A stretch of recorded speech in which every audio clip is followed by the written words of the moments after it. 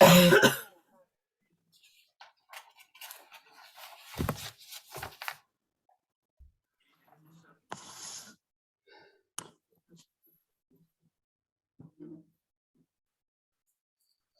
and persons anticipated on the agenda are present and can hear me.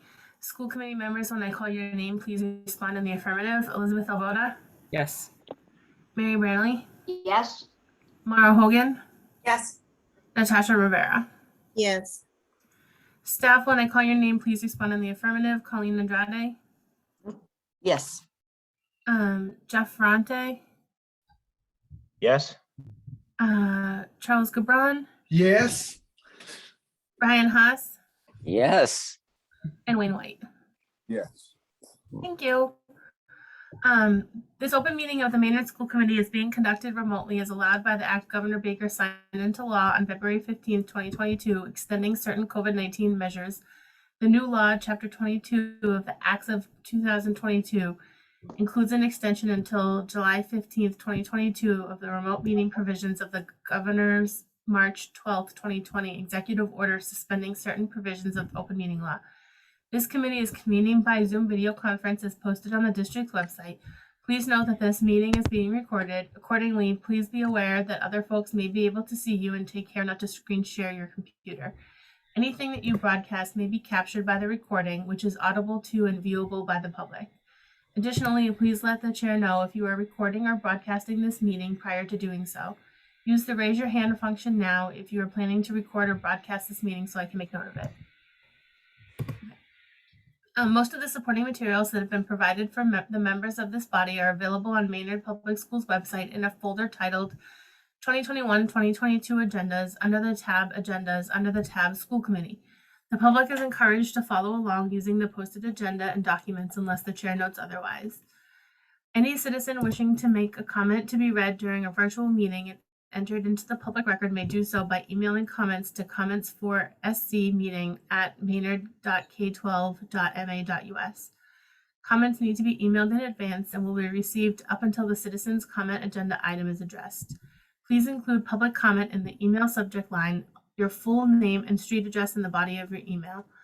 Emails without this information cannot be read. To ensure that your statement is read in its entirety, a 350-word limit is suggested. Statements longer than 350 words may be cut short at the 3-minute mark in the interest of time, but will be submitted in their entirety for the public record. Comments are limited to 3 minutes or 350 words to ensure that everyone has the opportunity to be heard. The chair will read only one statement from each citizen. However, citizens can submit any additional comments for the public record by providing a copy to the chair via email up until the end of the meeting, explicitly stating their desire to have these additional comments included in the public record. Please be aware that the purpose of the citizens' comments period is a devoted time for the school committee to hear from the community it serves. As such, the protocol supports the unidirectional public sharing of citizens' comments rather than a bidirectional conversation. Before we go to the first item on the agenda, permit me to cover some ground rules for effective and clear conduct of our business and ensure accurate meeting minutes. I will introduce each speaker on the agenda. After they conclude their remarks, I will ask each member if they have any comments, questions, or motions that they'd like to make. I will go through the members for additional comments or questions if time allows. Please hold off speaking until your name is called and remember to speak clearly and in a way that helps generate accurate minutes.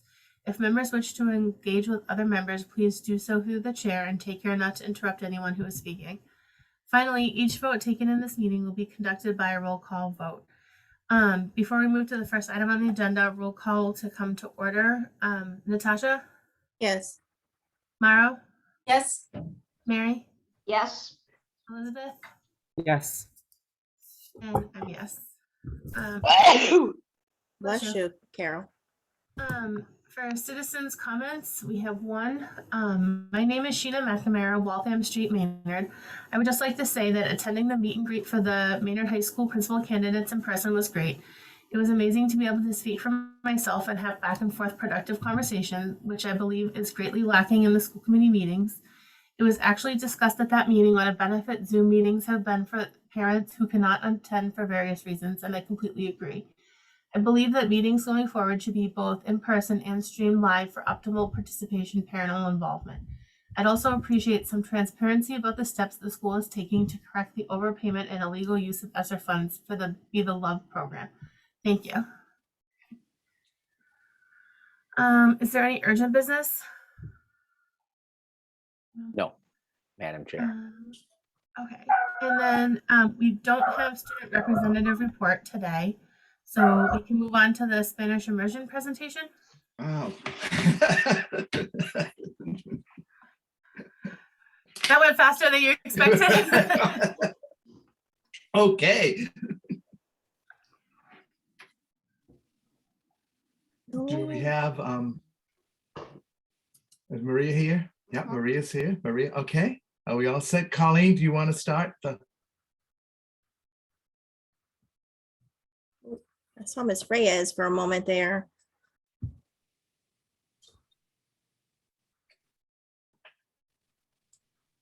There we go. Great. Okay. I will start. We're so pleased to be talking tonight about the Spanish immersion program in the Maina Public Schools. We're going to have a presentation from the teachers. I'm going to just take 5 minutes to tell you a little bit about it, to preview it for you. The purpose of this is to update the school committee on the purpose, the successes, and the initiatives of the Spanish immersion program. Next. Okay, as you see, the Spanish immersion program fits perfectly into the goals of the Maina Public Schools. As you can see, we have ABC, academic achievement and grade level standards, bilingualism and biliteracy, and cultural and social competency. And if you can go to the next slide, you'll see, Colleen, the purpose of this is exactly the purpose of the Spanish immersion program, and you'll be hearing a bit more about it. We call it ABC. The first thing is academic content and grade level standards. Just as in general education, the academic content is what is a crucially important part of this program, a goal of this program. Bilingualism and biliteracy, speaking, reading, and writing another language, have lots of benefits, and we'll be talking quite a bit about what research has to say. And cultural and social competency, increasing global awareness and providing exposure to another culture are excellent objectives. Next slide, if we could. Where are we now and where are we going? After a lengthy study several years ago involving a wide range of stakeholders, the Spanish immersion program began with a kindergarten class at the start of the 2012-2013 academic year. It was very clear from the beginning that grade level curriculum would be taught through the medium of a second language. Spanish became the vehicle for content instruction, not the main objective of that instruction. And you'll be hearing more about this in the presentation. A great deal of parent and community support for the Spanish immersion program has been evident since the start, including MEF grants, funding for supplemental books and materials, and summer programming. If we could continue, Colleen. The original program structure called for, at kindergarten to grade 2, 90% of the content taught in the target language, of course, is Spanish. By grade 3, it switches to 80% Spanish and 20% English. Grades 4 and 5, 50% Spanish and 50% English. Grades 6 to 8, at least one class per day taught in Spanish. And grades 9 and 12, one Spanish class a day, with the AP exam being very important. Now, since the first Spanish immersion class is now in the high school, we are hoping, but we are going to be offering AP Spanish sophomore year to those students who qualify. We're going to offer AP Spanish literature junior year, and Jennifer Adams is now involved in getting certification to be able to teach that. And we are working very hard with a dual enrollment college level Spanish class senior year. And we're almost ready to put the finishing touches on that. This is going to be great. For the past several months, a team of 5 Spanish immersion teachers, together with a Spanish language teacher at the middle school, and 2 English learner teachers, have been working very diligently with what we call MABE, the Multi-State Association of Bilingual Educators, to examine the strength of our programming as well as areas we hope to improve. And we will be delivering to the school committee, Mr. Huss will be saying in his report, what those recommendations, because they're going to be developed in June. And we are also going to continue a little bit with MABE into next year to make sure we are implementing the recommendations. And as you'll hear later, these recommendations are based on research, on what does research tell us. What does research tell us about having the program available to students and what the benefits are? So some challenges we are currently examining include vertical planning, adding a content area in grades 6 to 8 that can be taught in Spanish. We would love to have something other than the Spanish language that could be taught in Spanish. A support system will help English learners and students with disability thrive in a Spanish immersion classroom. This is a very big goal of ours, to make sure that any student with a disability can be in Spanish immersion and can receive the support he or she needs in Spanish immersion, and increased targeted professional development for staff. Okay. What's the role of the school committee? The school committee approved the establishment of a Spanish immersion program as part of the FY13 budget, and it's continued every year since. In support of the program continues to grow, and a serious budgetary commitment is made each year.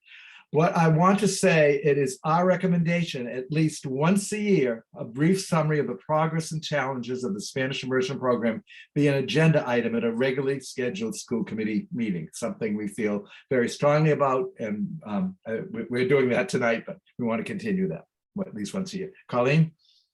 Budget implications. The operational budget covers the cost of the teacher's salary, coordinator stipends, curriculum development and program implementation, materials to support vocabulary development, posters and textbooks and library books in the targeted language. That has been part of our operating budget and continues to be part of our operating budget.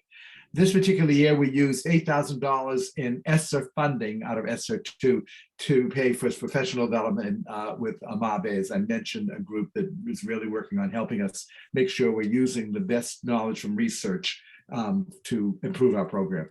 And in the past, as they have a history, the Maynard Education Foundation has been most responsive to grant requests.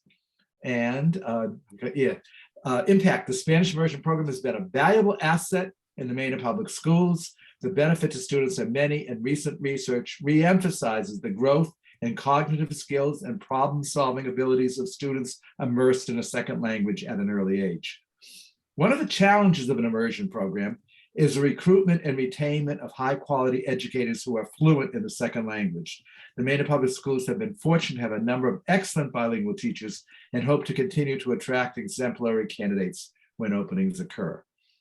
And policy, Spanish immersion classes operate under the same school committee policies as any other classroom in the district. And at this time, we do not see any potential policy implications. And we want to be sure that people know when we've employed teachers in cooperation with the Spanish Embassy, we have followed all the procedures outlined by the Massachusetts Department of Elementary and Secondary Education. So we're in line. So with that, am I ready, Colleen? Is that okay? What we're going to do now is I'm going to turn it over to Maria Solar, who is here.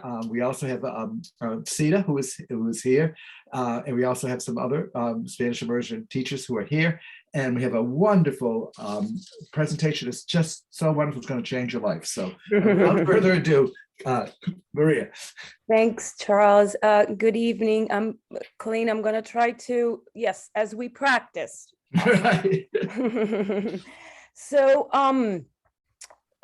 when we started this year, one of the challenges that when we met as a team of teachers, we met with Brian and with Charles and Rob and everybody. And one of the challenges that we did notice before starting working with Mabe was maybe our communication and the purpose of the program and what it is, and really to inform our community of what the Spanish immersion program is and what is educating our kids in a second language, or a third language maybe for some.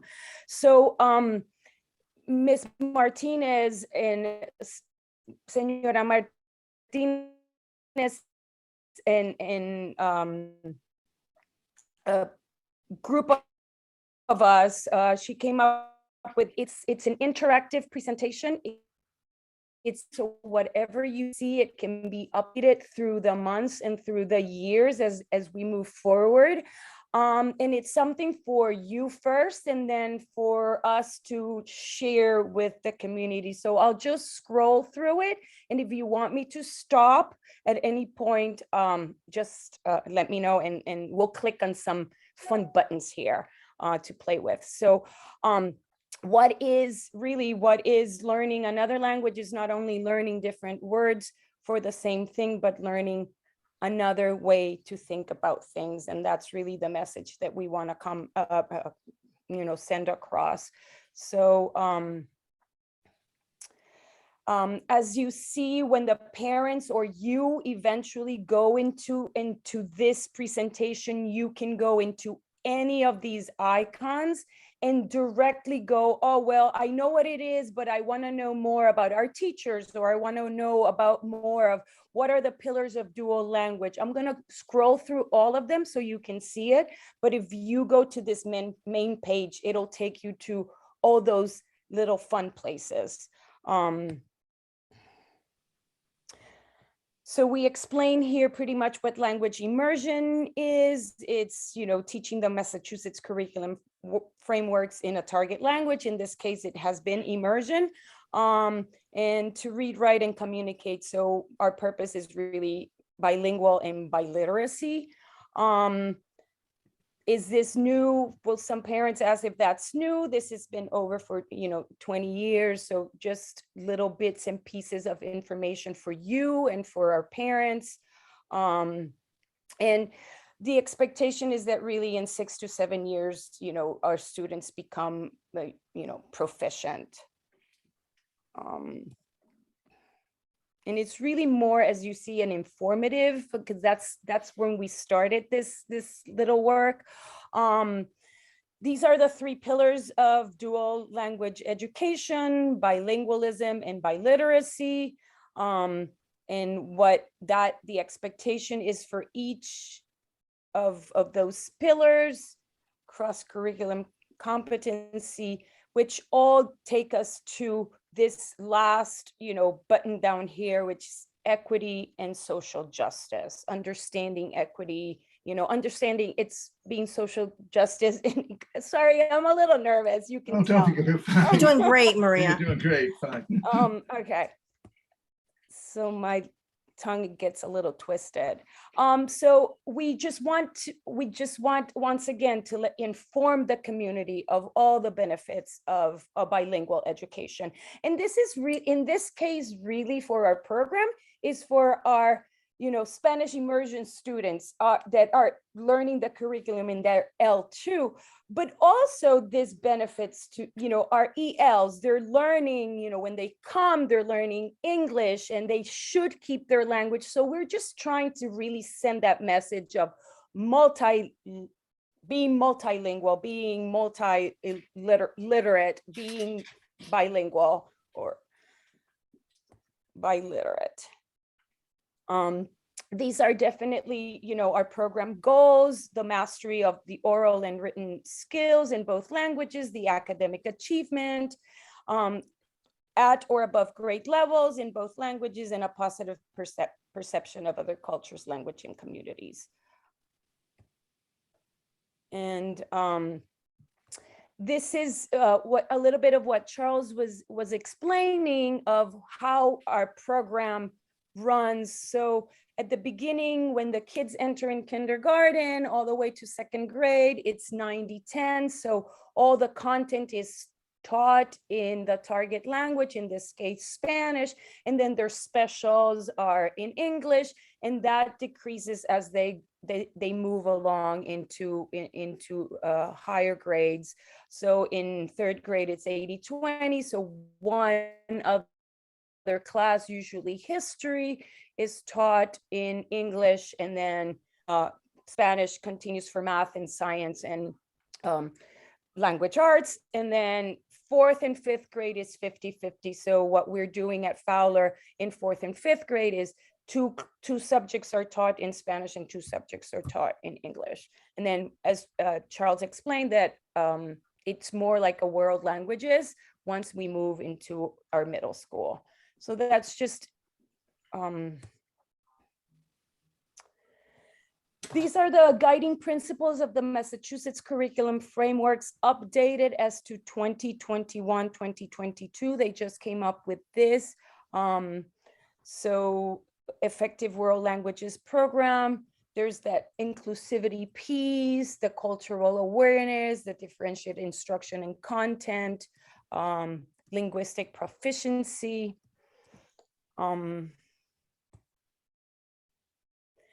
And then this is, for me, this is probably one of the most fun parts of our presentation, because this is where we see our kids work. We see them, these are obviously the 4 domains of the language, but this is where they have, we have showcased some of what they have done. I'll just go quickly. You let me know if you want me to stop, I will stop. If you want me to continue, I'll continue. So on some of the writing that we have done, and as I said, this is a live document, so we're just, as the teachers, complete some work, and we can continue adding to this. So in 5th grade, we worked on Mesoamerica with the CKLA program Caminos, and this is one of the beginning paragraphs that they wrote about the different characteristics. So it was an informative essay that they completed as a lesson, but this is one of the first paragraphs that they wrote. And then we're studying poetry, so there's some poetry pieces there in Spanish. In 4th grade, they were working on informational text, and there's, some of the work that they've been doing. They've done also some persuasive texts. And we worked on our timeline, New Year's resolution. So if parents or you eventually want to click through all these and see them and read more closely, please do so. We welcome you to do so. Our 1st graders doing their morning routine. This is when they're speaking. This 1st grader is leading their morning circle, giving the days of the week, and so there's a little bit of that. And then there's other speaking activities here that we've done. We have a 9th grader here now.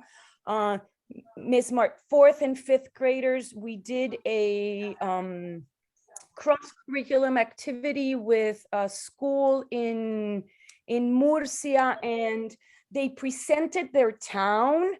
So in the 4th grade project with Spanish school, 5th grade project with Spanish school, Sita was so wonderful and just made a wonderful mini movie, and you'll see our students speaking and talking to our Spaniard students in Murcia, and they're presenting and they're letting them know all about how wonderful Maynard is in their town, getting to know them. So science presentations, vocabulary presentations, and this was Ava. She was one of our first Spanish immersion students, talking about her and introducing herself to us. Okay. There's the cooperative learning in 6th grade. They're doing a jigsaw reading with Miss Pad, and she has them, in different groups, reading and discussing their read. There's some science investigation. Science is one of the subjects that we do in Spanish. So they're just doing some science experiments. And here's a list of all our teachers. If parents or, want to get a hold of any of us, the information is here. A little bit of where we come from. We thought that was important to let people know that, most of us are native speakers. We're in Central America, Latin America, the Caribbean, and Spain. So, and just a little bit more information about if parents still have doubts, you have doubts, the benefits of the bilingual brain and bilingual education, some research about immersion. And I think we're pretty much done. And then the names of our wonderful principals. It's right there. And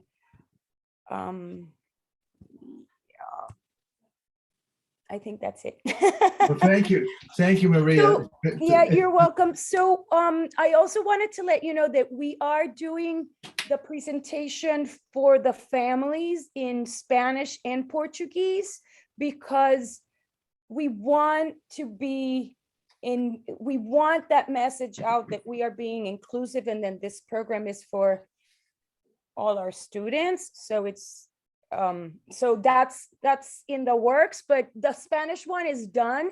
The Portuguese is a little bit trickier. So we're working on that one. Yeah. So Thank I'll you. stop sharing.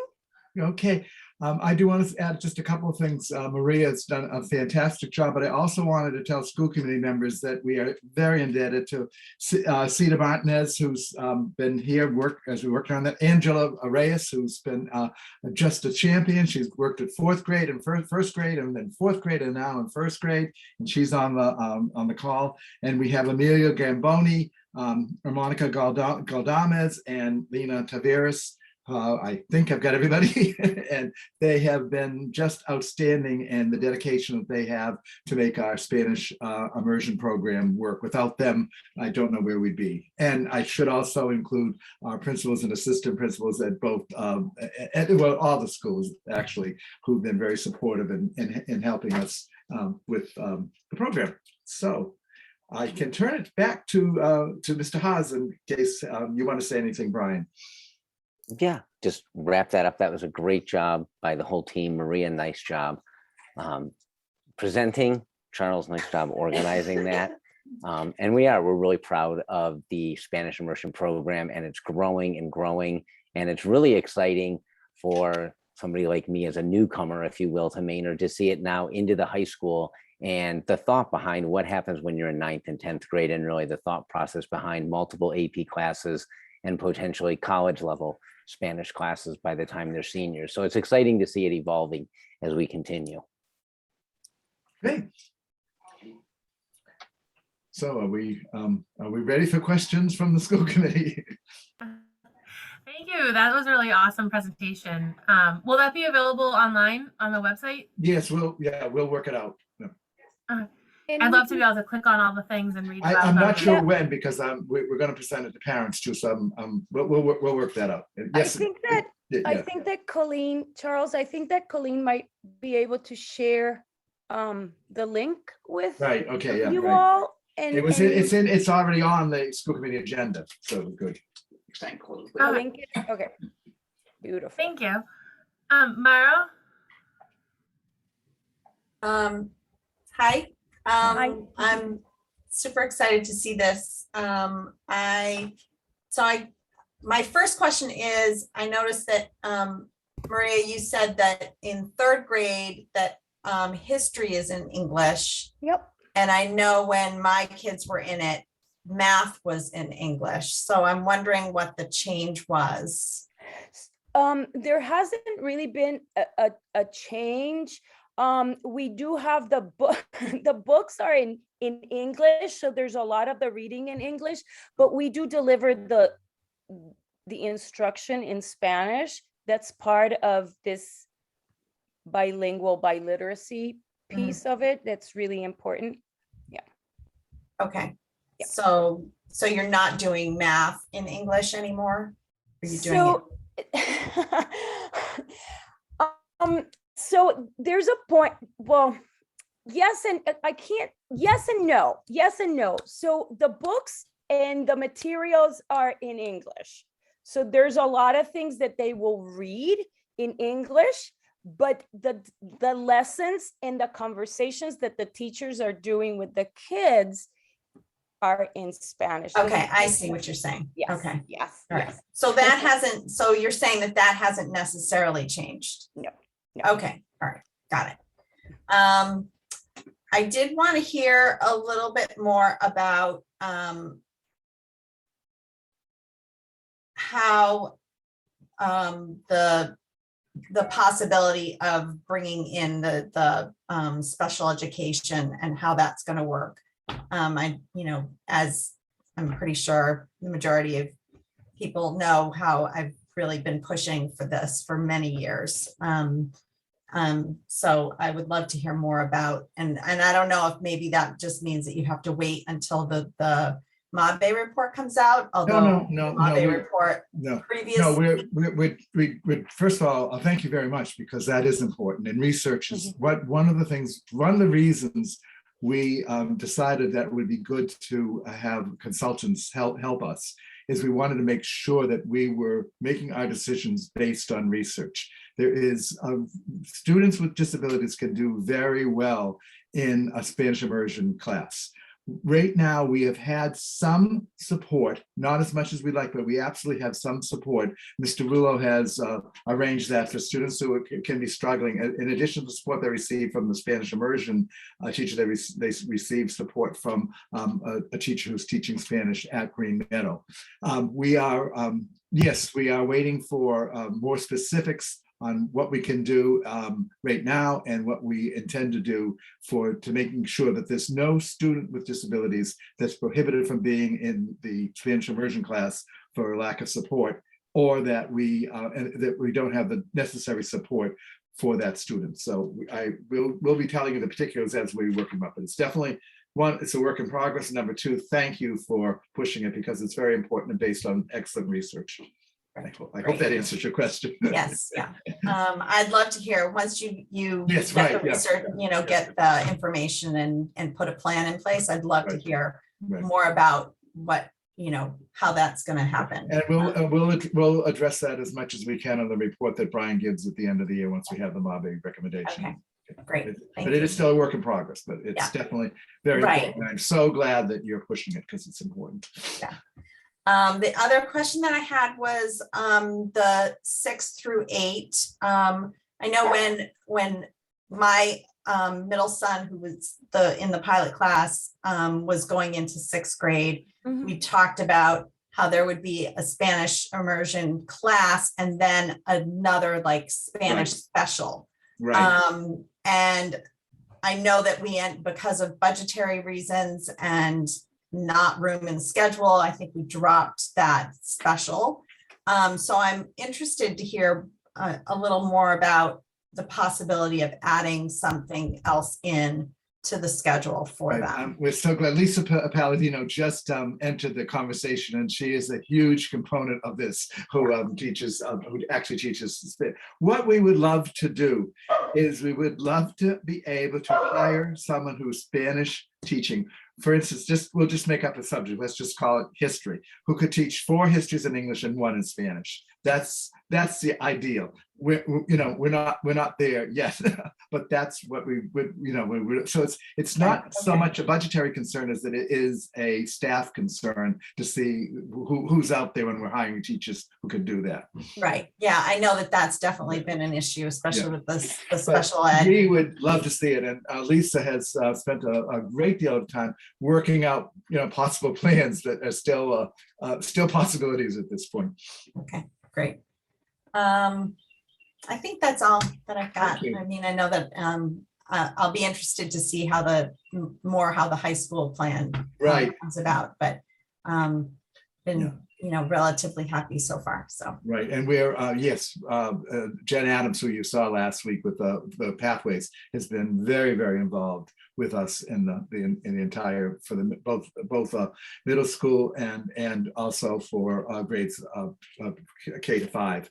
And we have spent some time really, when they were mentioning the new curriculum frameworks in world language, we've spent a great deal of time examining and delving into that. So it's one of the things that's been a great team effort that's involved some the Spanish immersion teachers, some foreign language teachers, and also 2 of our English learner teachers.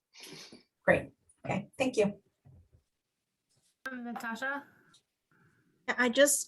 I really, really love the new web link. I'm glad we've kind of put a refresh on that to emphasize where we are and the work that's been put into that. So thank you for that. And And to echo Mauro's questions about, I guess, special education.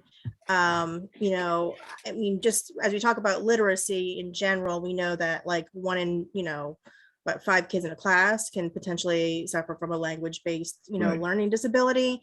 And so when I think about that, the screenings that might be happening at the kindergarten level in, Spanish immersion, what kind of tier 2 access would, is that part of what Correct. MABE will be providing? Absolutely, yeah, right. Is that, I know that came up in their last report as something, and I do Yeah. feel that,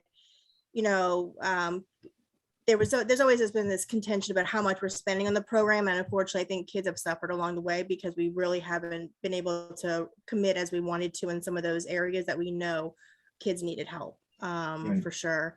And so I'm really happy that we're looking at that and we're getting some guidance on that. But so, okay, so it's great to hear that MABE will be providing some information about those interventions. And or- as we said, as you'll hear later, we will also just, I want to continue just a little bit with them instead of just saying this was an initiative and there was lots that it's one thing to talk about it, but it's one thing, are we implementing recommendations that are made and how Exactly. we're doing on that, what we're doing well and what we have to do. I think we have to continue examining, where we've improved, where we've done well. It's a good program. It's a very good program. There are areas we can improve, and we want to keep that in mind all the time. Are we improving, and are we reflecting, and are we making it all that we can? So thank you so much for your concerns. No, thank you. And so you mentioned about doing this annually. I would really love to, to have this part of is this time of year when you would envision that happening typically? I'd have to ask the teachers. Well, no, because I know I've been around long enough not to make decisions like that. But we can get back to you on that.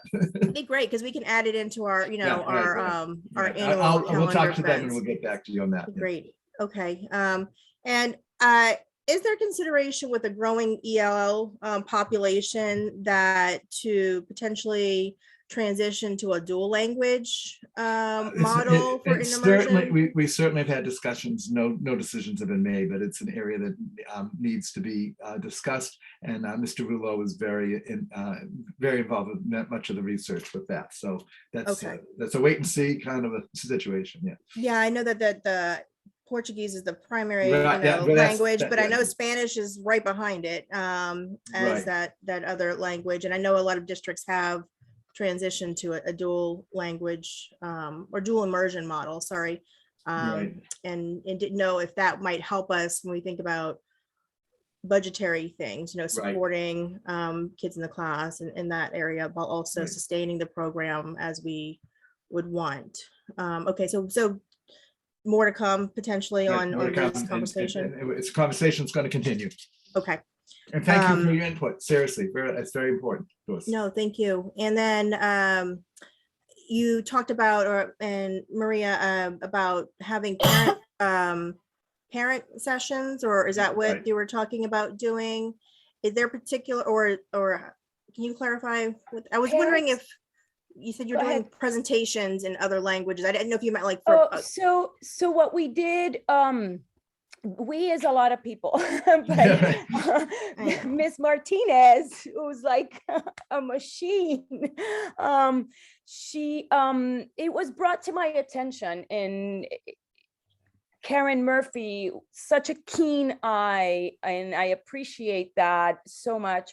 She's like, Maria, we're saying that, this program is for all, which absolutely it is, right?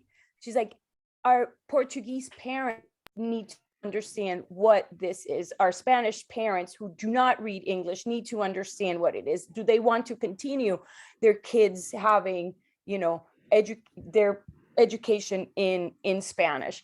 So immediately she put it together. So we have this same presentation. It's an informational one in Spanish. We're just working on the Portuguese piece because that's not as easy to do. got it. But we're doing that. So it's accessible to all parents who want to know what the immersion program is.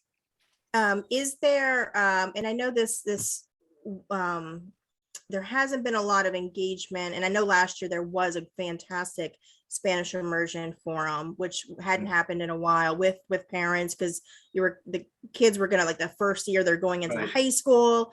And I wondered if that could be something that could be like standing, like with those transition years in particular, that there could be like, okay, this year is, going into Fowler or middle school or going into high school, or, might be opportunities to kind of put placeholders in for some of those, because I think that's where a lot of questions come up, like how does this impact as the curriculum changes for everyone else?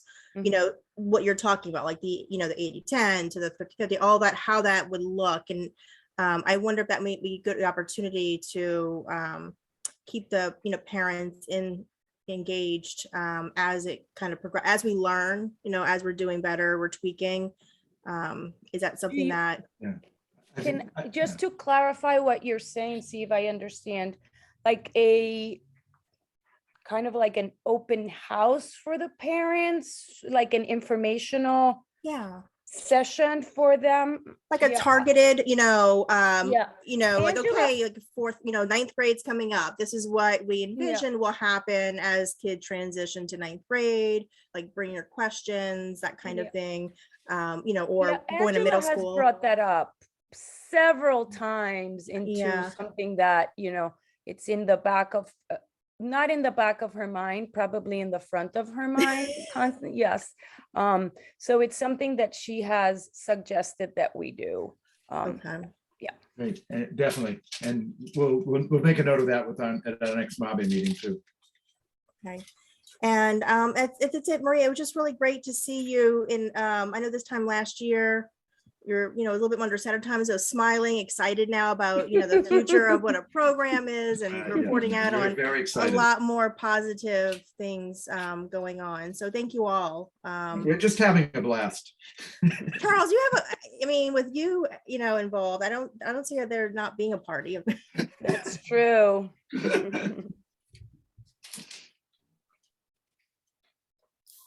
Elizabeth? Yes, well, first of all, let me just say, both my kids have benefited greatly from this program. There's not one single teacher in this program who my kids have not benefited from directly and positively and in a very long-lasting way. I mean, I can't say enough positive things about how great all the teachers have been in the Thank you. Spanish immersion program and how much it's mattered to my kids and continues to matter as they get older. So thank you all so much for everything you've done and for being here tonight and for this presentation. And so and just the questions I have are, first of all, when is the presentation for the parents? I think I missed that, or it wasn't said. I don't know if we have an don't have- exact date. I don't know if we have an exact date, yeah. But sometime at the end of this year, you're thinking, before the school year ends? I believe so, yeah. I won't speak for the teachers. We can talk about it. Okay. Yep, I just thought I missed it. Thank you. No, that's okay. And I'm really glad that you guys are doing this work with MABE. Yeah. I think reading the report, it seemed like you hit exactly the things people have always said that they were worried about with the program. The inclusion of kids from special ed, the inclusion of L kids, the vertical alignment, and bolstering up the middle school are all things that I think people have been concerned about for a while. So I'm glad to see that we're, making some clear strides to fix those things. And I guess one question I have from what I've heard so far is, are you saying that by next school year, we will have enough support in place for kids who are on IEPs to be comfortable in the Spanish immersion program? We definitely will have Successful? we'll definitely have increased support with the goal of having, what you say is enough. I can't, we're doing everything possible to reach that goal. Did that answer the question? Because I don't want to make promises that we're trying to put in place that goal, that there will not be, I can guarantee there will not be a child who needs to leave the program because he or she is not getting the support. Is that? Okay, it won't be held back, either won't be retained. And I think Jeff can back us up on Jeff Varante, who is passionate about making sure students have the support they need. Although I really should be speaking for Jeff. I think you won't mind you saying that. Okay, and then when you're talking about this annual meeting, which I love, are you thinking that potentially there'll be benchmarks that you'll put in place, and then we'll kind of check in on those benchmarks every year to see how we're doing, meeting some of the recommendations we get from MABE with this work? Definitely, yeah. Okay, Can I just, you remind me, we forgot to tell you that we're having an international dinner in a couple of weeks. I don't know if you've seen that, which is a combined effort that comes out of the group that we're talking about. Everyone's been involved, so it's not just world language; it's world language English learners and the Spanish immersion teachers that are involved in that. Great, and then I guess my other question about English learners students is that my understanding is that it's hard to get them in a Spanish immersion program because then they're denied access to English education. So I think if we were, I don't think the research says that though. But we'll have some information on that. I think a child who speaks another language can benefit very much from being in a Spanish immersion. Because remember that students who come, the students pick up spoken language so very, very quickly. And we always say students only learn to read once, or they learn to read. It doesn't really matter what language in the sense that they learn to read and they learn to read. And this research is very clear on that. So we'll delve into that, but I don't think that's legitimate. I think they can pick up English. Yeah, they will pick up spoken English, but it's of course the academic English that I'm talking about. Because, for example, my kids in Spanish immersion program obviously spoke English at home and they learned to read in Spanish, and then they could learn to read English at home because that's what they're being surrounded by at home. And I think that is the problem with kids who are, English learners, is that they don't have that piece. They aren't getting that English reading literacy skills. So we hope to have information on that from the MABE report, because we've spent some time talking about that. No, because the other thing I think I understand is that potentially there's laws around that. So I think that we want to make sure that we're staying inside the law. Right. Okay. And then the other thing I wanted to add on to a couple of questions are, I know we just had a presentation recently about the global learners pathway. Yes, right. Yeah, right. And I'm just wondering, I noticed, could someone speak to maybe how these two go together? How Spanish immersion fits into that a little more?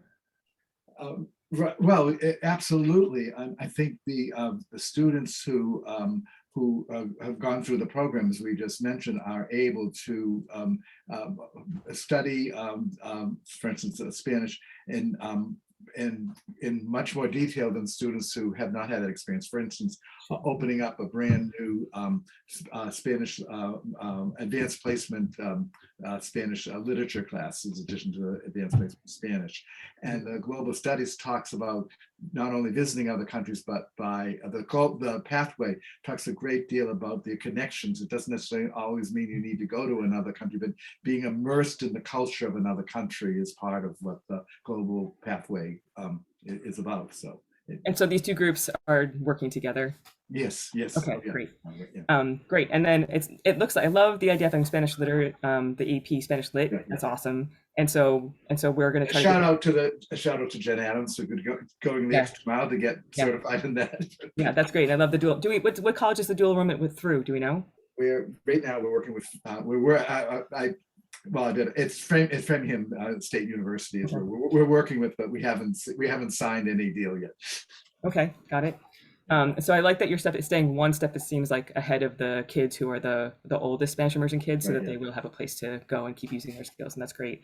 And then my last comment is, Natasha was just talking about making sure that we have presentations maybe at the end of years for parents, and I would just advocate that maybe those presentations are especially useful right at the end of 5th grade and right at the end of 8th grade, as people are thinking about leaving the district, so that they understand the kinds of things that they have in store for them if they stay. Especially if we continue to bolster what's happening for Spanish immersion kids in middle school. You are absolutely right. Absolutely. Okay. Thank you very much. Thank you. Thanks, everybody else. Colleen, can you unmute Mary?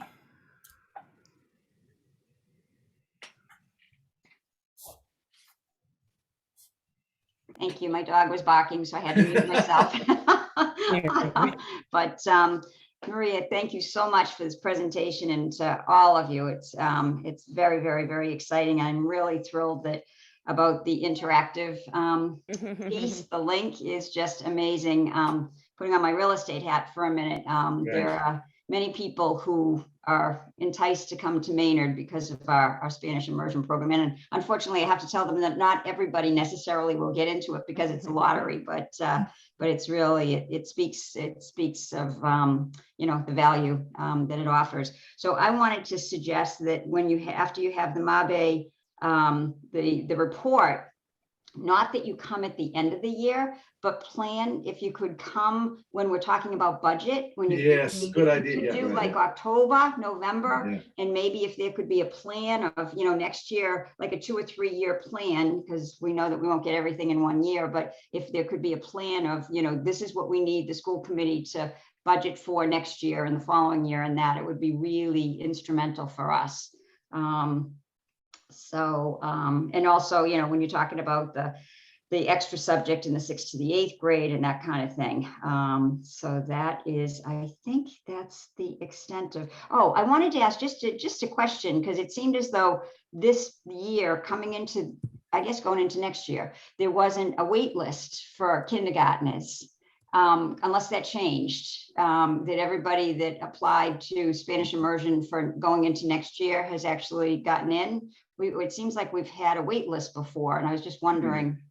I think we need to unmute Rob to talk to that if he could. Mr. Rulo. There you go. And maybe it changed. Mr. Rulo, there is a wait list, isn't there, for Spanish immersion? There is a very small wait list of right now 5 students. Okay. Great. Right. Yeah, I'm just curious because it seems as though in the past we've had more, but I think the interactive video, I think that piece will definitely help when people are thinking about, do I want my child to go into it or that? That's going to be really, really instrumental. And playing on the pieces that we talked about before about the presentations. Is there a presentation that goes on like in the summer for the kindergartners about the Spanish immersion? We already had a presentation with our kindergarten, and Spanish immersion was part of that. Okay, excellent. So for the kids that are going into kindergarten next year. Correct. All right, excellent, because that will definitely help. And I guess my other question is, and I may be off on this, but there's sort of a sense that you guys are an island in and of yourselves as far as professional development, or when it's not like an us or them with the other teachers, but you kind of have created your own curriculum and that kind of thing versus intertwined with the other the balance of the education. Mary, if I may, Charles. Okay. Mary, I think they've worked extremely hard. I know everybody at the elementary school has worked really, really hard in order to make sure they are not an island upon themselves. Matter of fact, that was a goal of ours. They run many of the exact same programs that are running in all the classes. When we brought Hegarty in, they run Hegarty. They have a foundations program as part of their program. They have a phonemic awareness program. They are running everything now that they were. Now, they may have been prior to several years ago, but they're not anymore. Everything is in right through, exact same thing. So when we have meetings, the kindergarten Spanish immersion teacher is with the kindergarten group. Everybody's together. We needed to do that because we were falling behind in some areas when we weren't. And I will say up there at the middle school, they've been not anything except for accommodating to us. They are back. This is a truly an elementary, and I'll say through middle school program. They've done an excellent job in communicating with everybody right through. So that was a goal, Mary. It is no longer, it's not, if it was, it is not. Great, thank you very much for that. And those are my questions and comments, but thank you very much. It's very exciting. Thank you. I only have one quick question or 2 questions. I know I've heard a lot of comments in the community about Spanish immersion being a large budget expense, but as far as like cost per student, is it significantly more for kids that are in Spanish immersion compared to kids who aren't?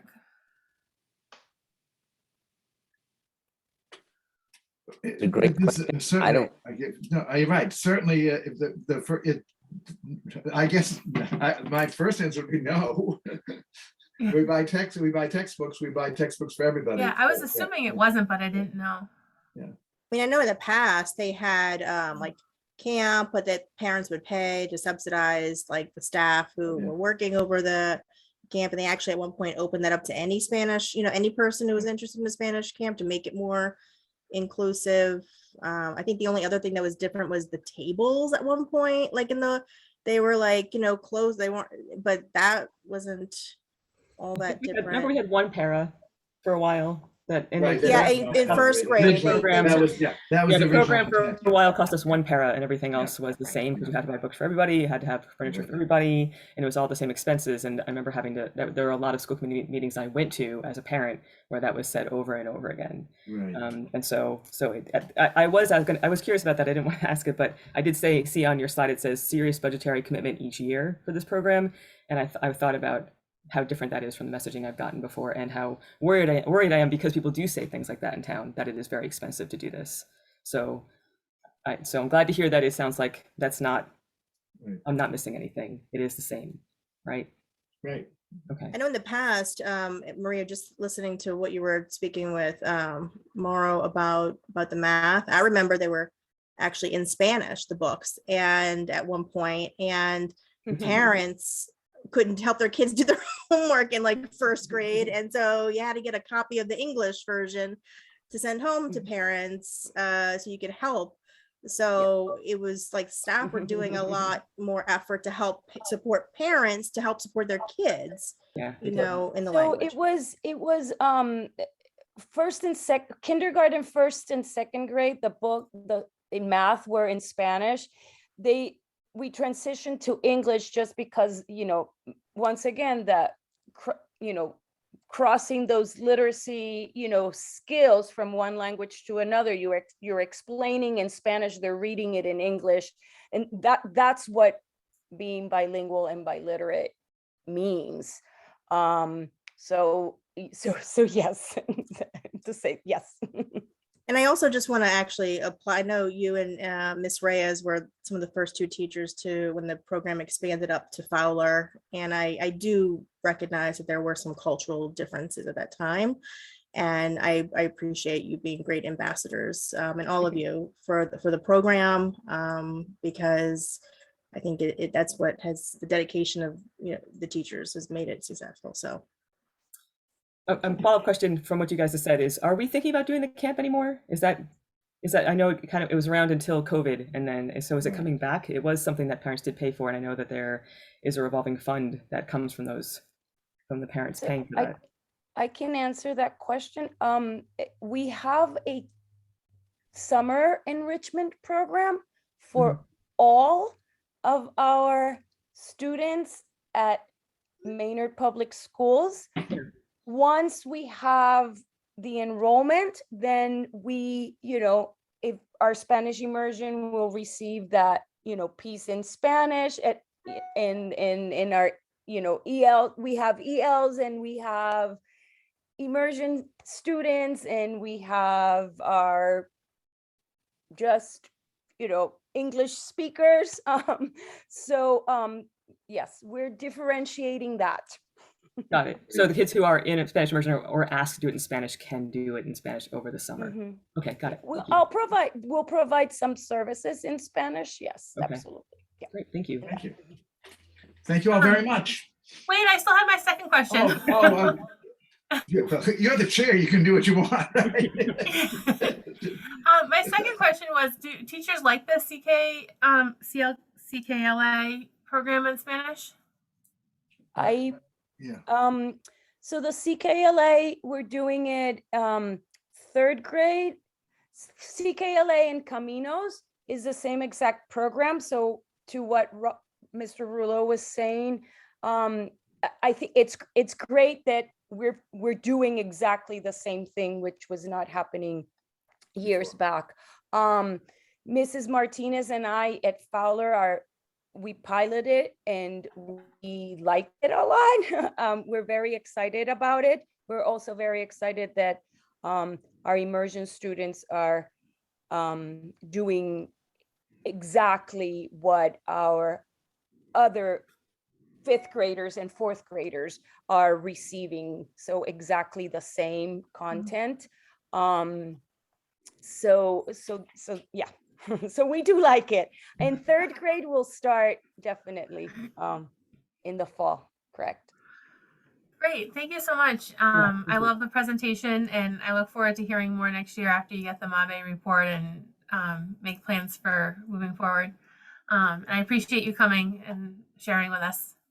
Yes, thank you for Thank everything. you.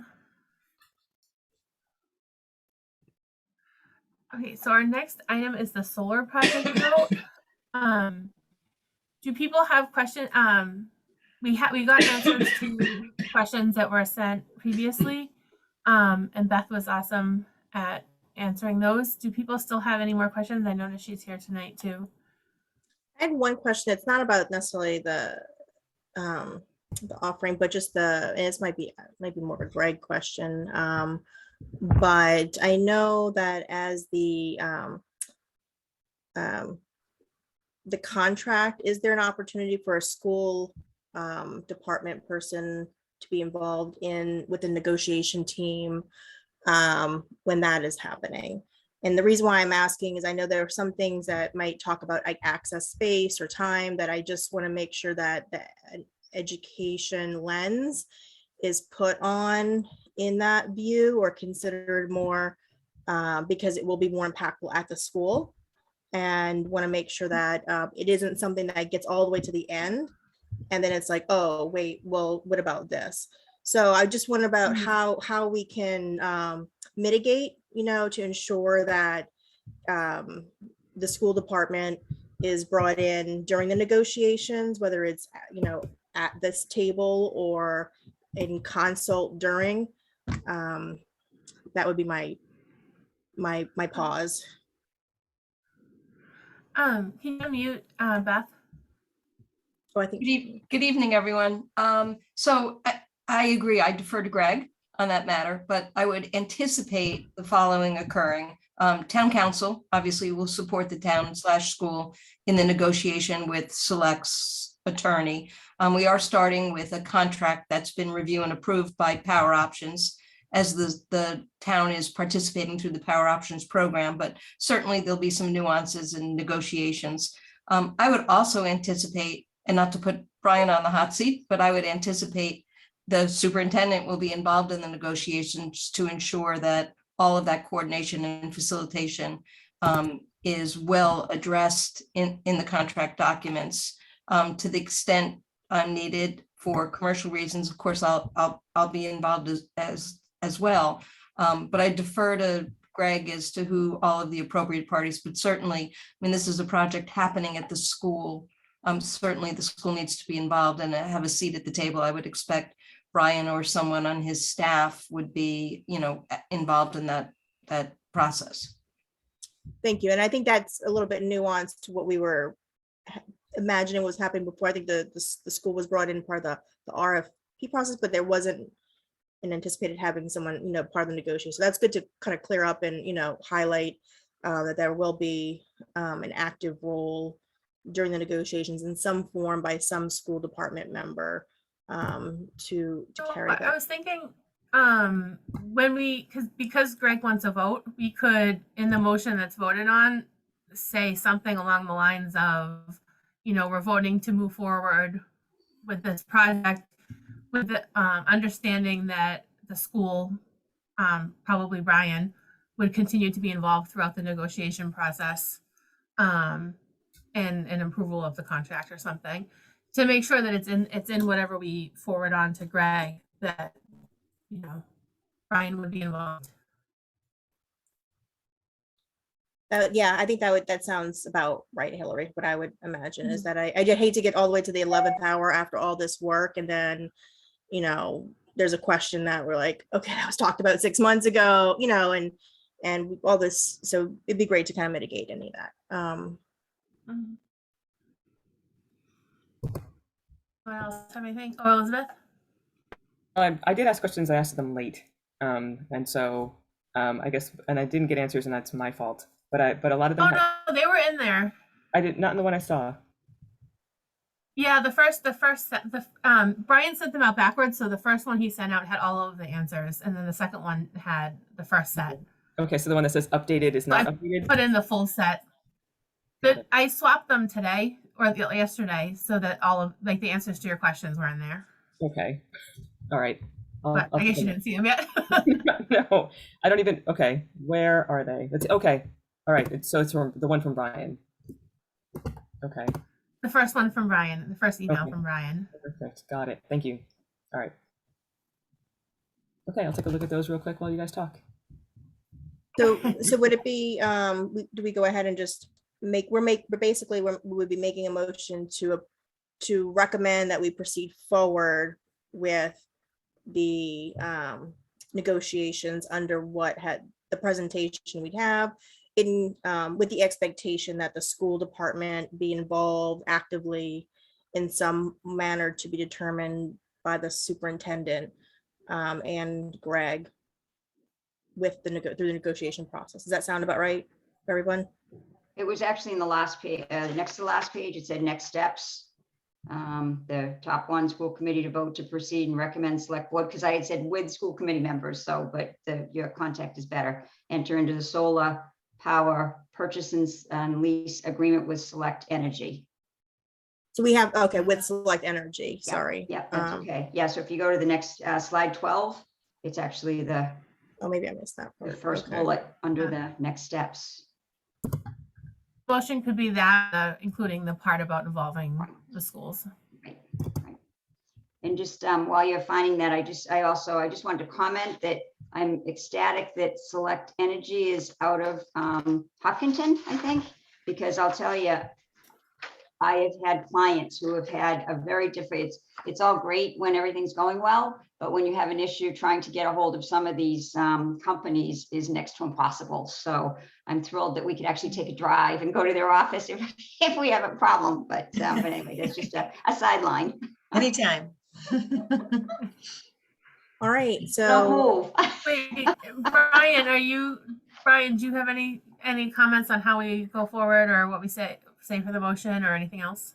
No, the way you phrased it makes a lot of sense, and I'm sure that I'll be involved with Greg. I mean, the only portion that I may not be sitting in would be if the select board goes into executive session.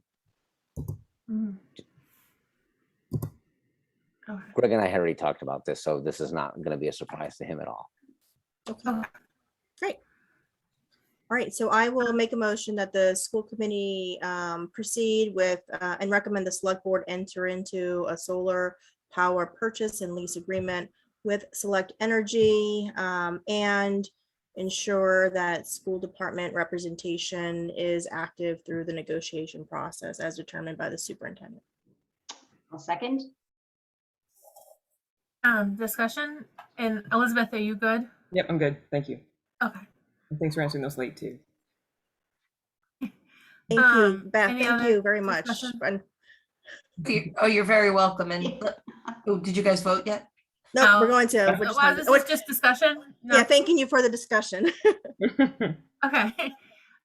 Roll call vote. Natasha, Yes. Myra, Yes. Elizabeth, Yes. Mary, Yes. and I'm a yes. And thank you, especially Beth, for all of the work you put in last year, and then coming back to us with another idea so that we can really make this happen. I know the town's really excited about it, and I think we're excited to get it further in the process.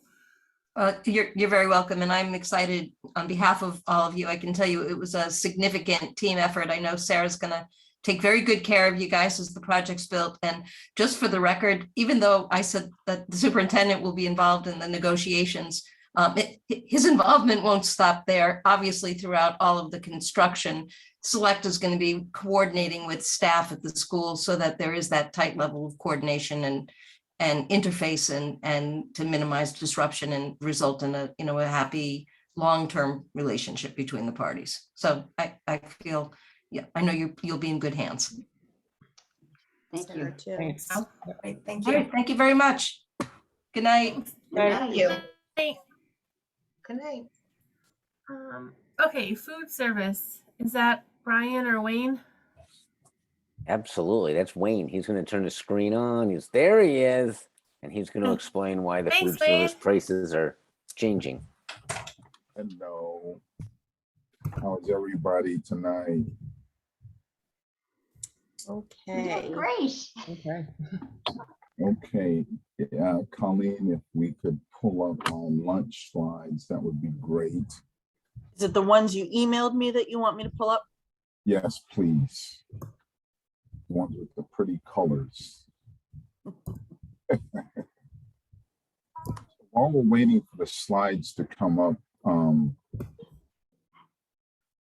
want to talk about increasing the price of, Ooh, nice and pretty. that's right, in Maynard colors, no less. Yes, it's like an ombre too, like the orange to the yellow.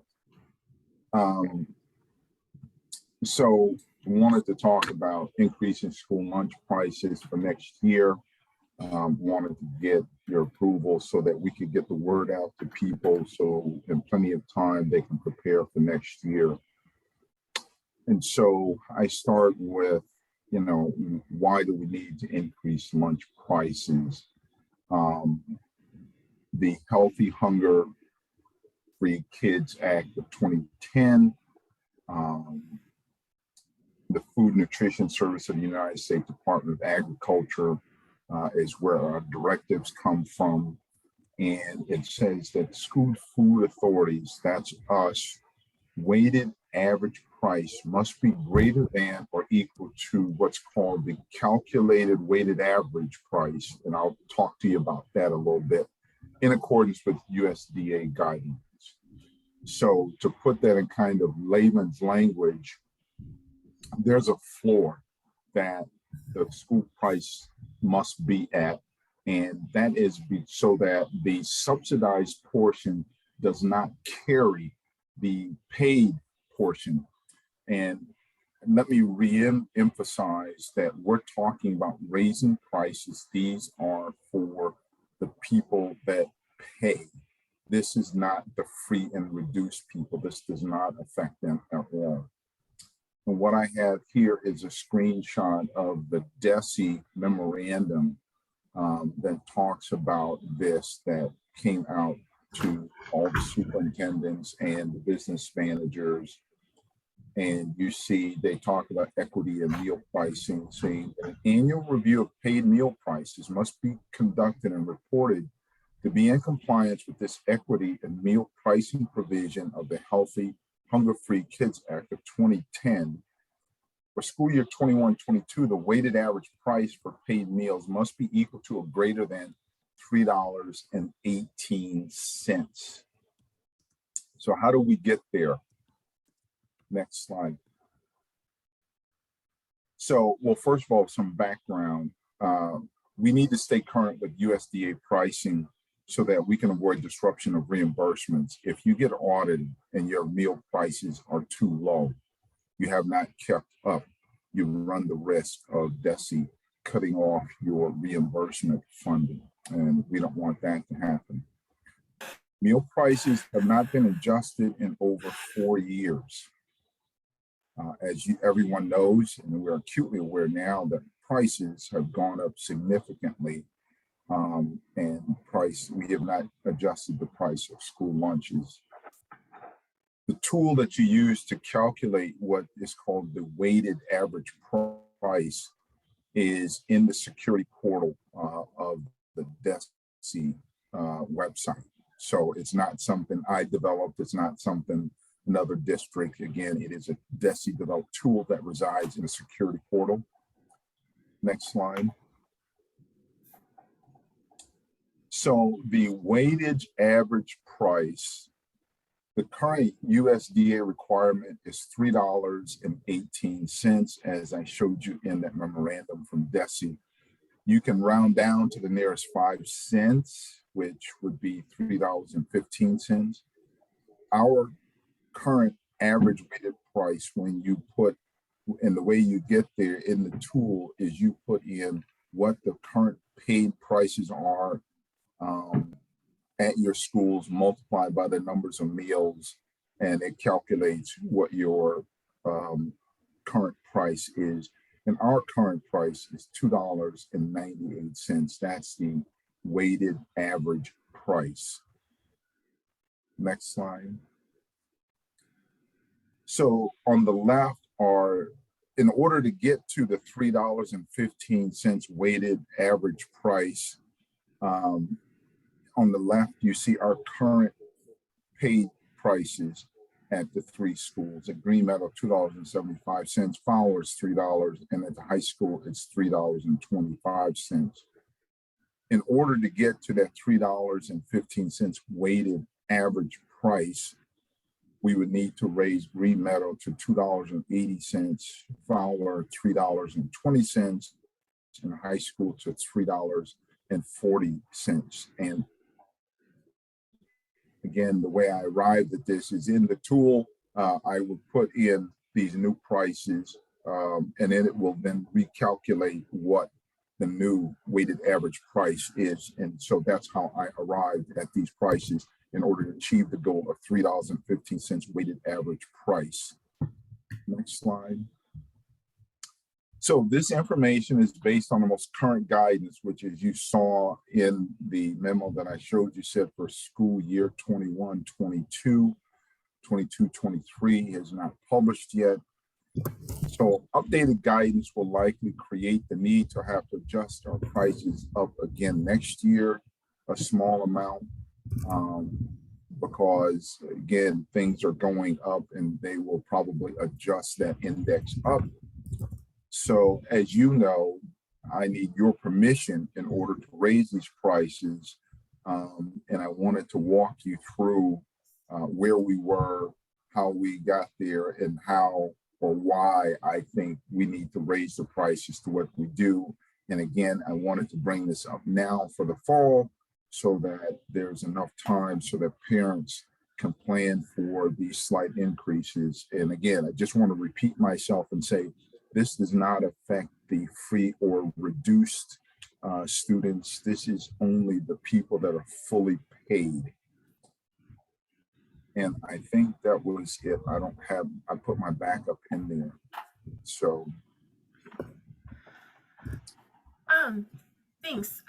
One question I saw was emailed earlier too, is I get that the total with the increases for the three different schools equal the average that needs to be, but why is Green Meadow increasing by 5 cents, Fowler's increasing by 20, and the high school's increasing by 15? Like, could you get to the same total by increasing Green Meadow like 15 cents and maybe Fowler a little bit less? So you're saying, could you play around with the prices? I suppose you could. I try to, because of the elementary school, to lessen the impact on the elementary school by putting a smaller increase down at the elementary school as opposed to the high school. You could be at the tool all day, putting in different combinations to come out with something different, but that was my rationale. And even though I had to raise prices for all three buildings, and also the volume of meals are different at the different schools. So because the volume is higher, say at the high school, it's not the same if I raise it 5 cents there as if I raise it 5 cents somewhere else. It's not a one-to-one. Mm-hmm. Colleen? We've always had it, that tiered pricing. I don't know if it might have to do with the high school has the most options and the Green Meadow doesn't. Yeah. That might have. I don't think it was so much not having tiered as much as the increase from this year to next year. Green Meadow's only increasing by 5 cents and the other ones are increasing by like 20 or 15. True. Does anyone have questions? Just that Fowler's is the one, the middle school, that's 4th to 8th graders. And they are the ones who are getting the biggest increase, yeah. And it seems like that might matter to them more because, they are small kids and, it's not, that might be their only option for food. I don't know. It just seems like maybe can we potentially, if we have to, can we do something about that so it's not as much of an increase for the Fowler kids? Well, then I would have to raise somebody else. I mean, it's got to come from somewhere. So, I can do that, but it's going to raise somebody else. Maybe maybe a little more maybe a little more even between the high school and the middle school. Green Meadow. Yeah. Well, I can look Yeah. at it, but again, it's based on volume of meals. It's not a direct one-to-one.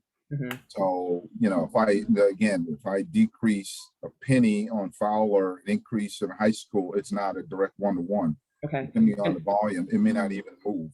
Yeah, and we can't get access to the right. We can't see the thing and play with it. We don't get to have access to the calculator, so we can't see what you mean. Okay. And it's not about who gets the most food. It's not about food quantity. It's just about how many kids are buying it. No, in terms of the price, food quantities are set by the USDA. And that's, people need to understand that we have very little wiggle room in terms of what gets served, how much in terms of ounces. That is all set by the USDA, and we're highly regulated in what a serving looks like, how many ounces of this or that that goes into it. So no, that has nothing to do with it. You're not correlating price to that, is what you're saying. I'm sorry? You're not correlating the price to the quantity of food at each school. No. Okay.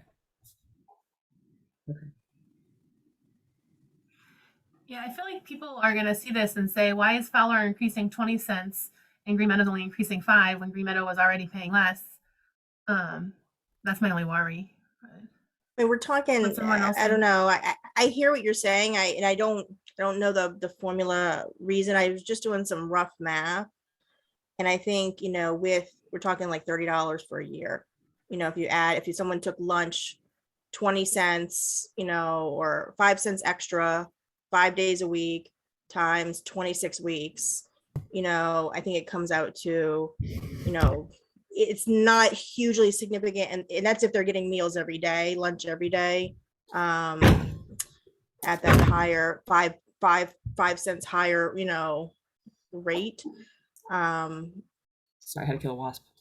Okay. You're under attack, Beth. Yes, it was. So I do question. It did catch my eye, but I don't know if it has a huge, because it's not impacting the you know, the folks who have the free and reduced meal. You know, it's not a hardship to those who would normally have a hardship for that. And I think about like what, you know, 30 to 40 bucks. It's not chump change, you know, but over this course spread over the year, and that's if you're getting every, you know, every meal. I think it's a small. I think we got to start somewhere. I think as long, Wayne, as you explained too, that it hasn't been raised in 4 years, you know, that it's been staying where it is, that would help. And we'll direct every question we get to Wayne for a Right. response. Mara? Can you explain to me what's happening, like the end of last year and then all of this year, all the lunches, you know, the first lunch that a student could get is not being charged. So I'm a little confused as to why that is and whether or not that's going to happen again next year. The USDA and who's program. paying for that? I'm sorry, I don't understand about the first lunch. Well, so my son likes to buy lunch. I haven't had to pay for, you know, pretty much any lunch so far, Yes, except if he decides that he wants another lunch, yes, then he'll get charged for that. yes. So I'm wondering who's paying for that? And is that continuing next year? And so I guess I'm just wondering how these prices, like if that's continuing, who's paying for that? I don't really understand where that's. I think it was the wasn't that the USDA program for that Okay, first meal so that continued? So what has happened for the past 2 years is because of the pandemic, the federal government has said that they don't want any student to potentially go hungry. And so as a result, they gave kind of blanket amnesty that no one, well, they did for the first 12 months and they extended it this year that all meals would be free. So that's why your son can get his first meal for free. Okay. It doesn't say that you can eat 20 meals for free. So you get the Right. first one. If you want a second, No, I one, understand then that you part. have to pay. Right. And so that's why your son has to pay for the second one. Right. Because the first one is covered by the federal amnesty program, if you will, which ends this year. And Okay. that's also why I needed to get the food lunch prices in order, because everyone will begin paying that pays, not the free and reduced, but we will go back to normal in the fall. This Okay. program will end. Thank you, because I didn't understand what was going on. So thank you very much for explaining. I think part of the rationale with that was they didn't want there to be holdup if someone like lost their job or they had to go on medical leave and weren't being paid. They didn't want to have to go through the whole process of qualifying for free and reduced school lunches to mean that the kid is going hungry in the meantime. Okay. I do think also I've heard that there is conversations that the state might, have some use ESSER funds to implement some type of state level program possibly for lunch meals or whatever, but I don't know if that'll come to fruition, but that has been talked about by some elected officials as a potential consideration. So my other thing is when this info is sent out to families, can we make sure that the information on applying for free and reduced school lunch is sent out at the same time? I know it's sent out a lot, but can it be sent out at the same time? Yeah, I think that would be prudent. Yeah, if someone gets anxious seeing this. I think as much information that we can get out to parents, sooner, which is why I'm coming to you now when it doesn't take effect until, the fall. I think you're right. So yes, we can do that. I know we've talking about something one meeting and voting on the next meeting. This is pretty straightforward, so I don't know how we feel about that. What are people's thoughts on that? I'm good with voting. Yeah, I'd be fine with voting.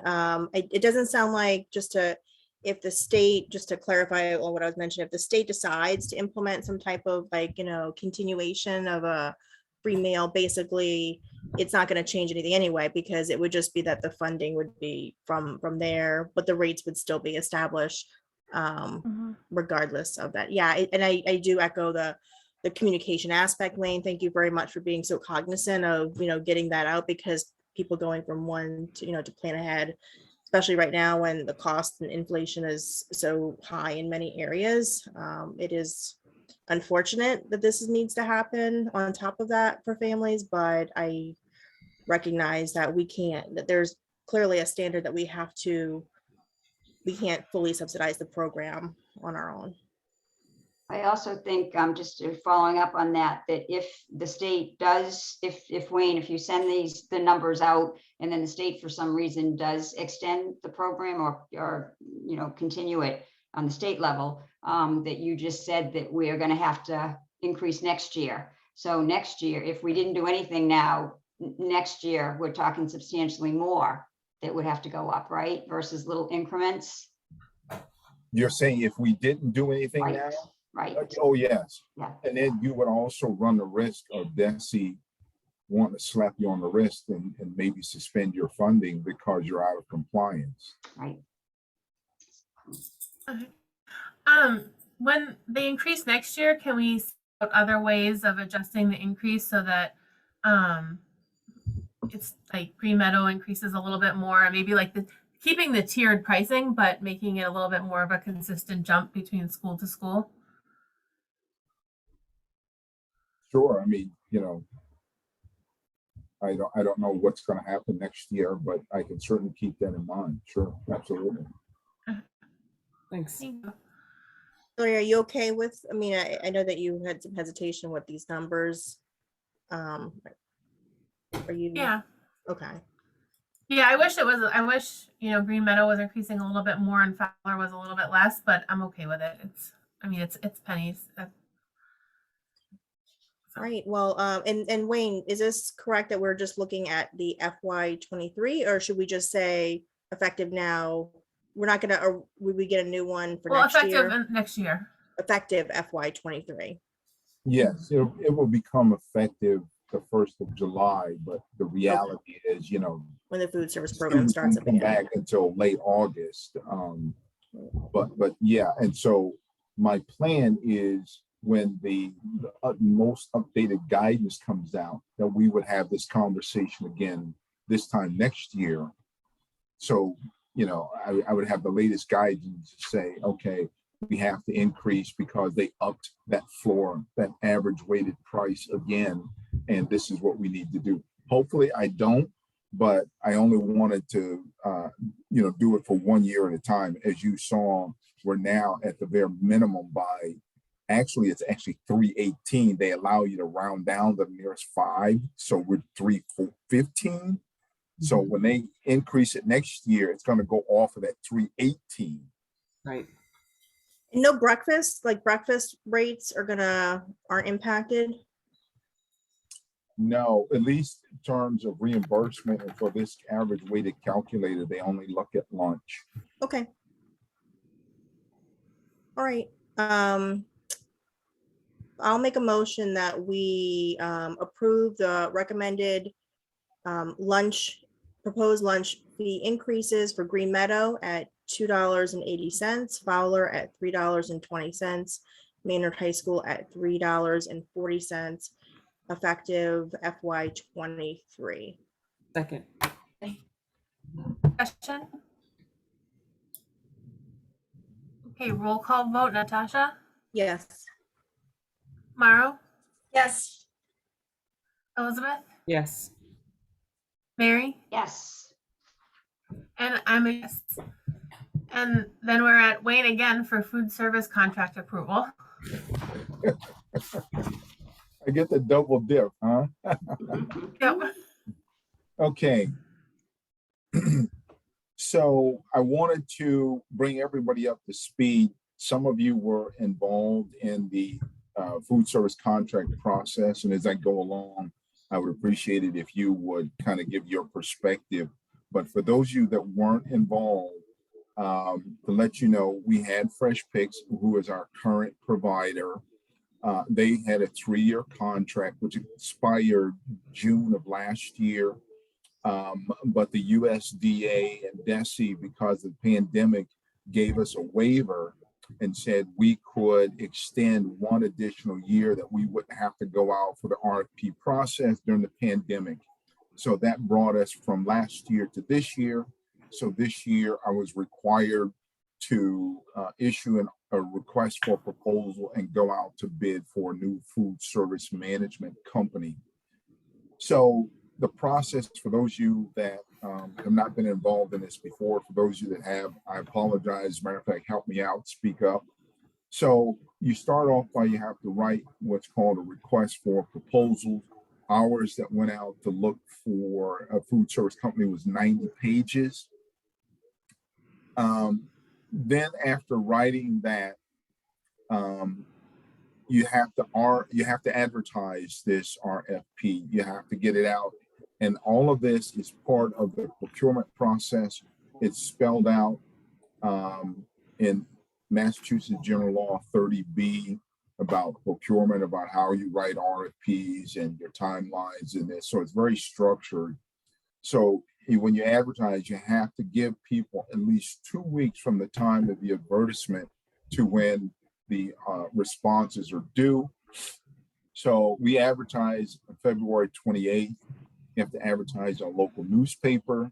You have to advertise on a state website that's run by the Secretary of State called the Goods and Services Bulletin. And I advertise another state agency called the OSD, which is the Operational Services Division, which runs combines. And these are all ways, particularly the Goods and Services Bulletins, that vendors monitor these for different contracts. Food service, if you wanted to do an RFP for, or, some service to bring in, to your school or whatever, you'd have to advertise. And so vendors constantly watch this for opportunities to bid on jobs. Then we had a voluntary walkthrough, and in the RFP process, you can make it voluntary or mandatory. I chose to make it voluntary because, some of the bigger companies like the Whitsons, the Aramarks, the Chartwells, they may feel like they didn't need to walk through because they do this a lot. They're big companies.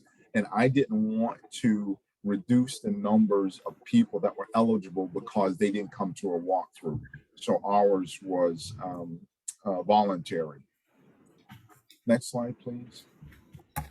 So then the proposals were due. They were due on March 8th. The proposals came in two forms. There was a technical non-price proposal, which most people put in a nice binder with several pages that answer all of your questions and criteria in your RFP. And then in a separate sealed envelope is the price proposal. And that you set aside, you open that only after you go through and evaluate the non-price proposal. So you establish an evaluation team because there's criteria that you develop and put into the request for proposal. For example, you may one of the criteria may be how long the company's been in business.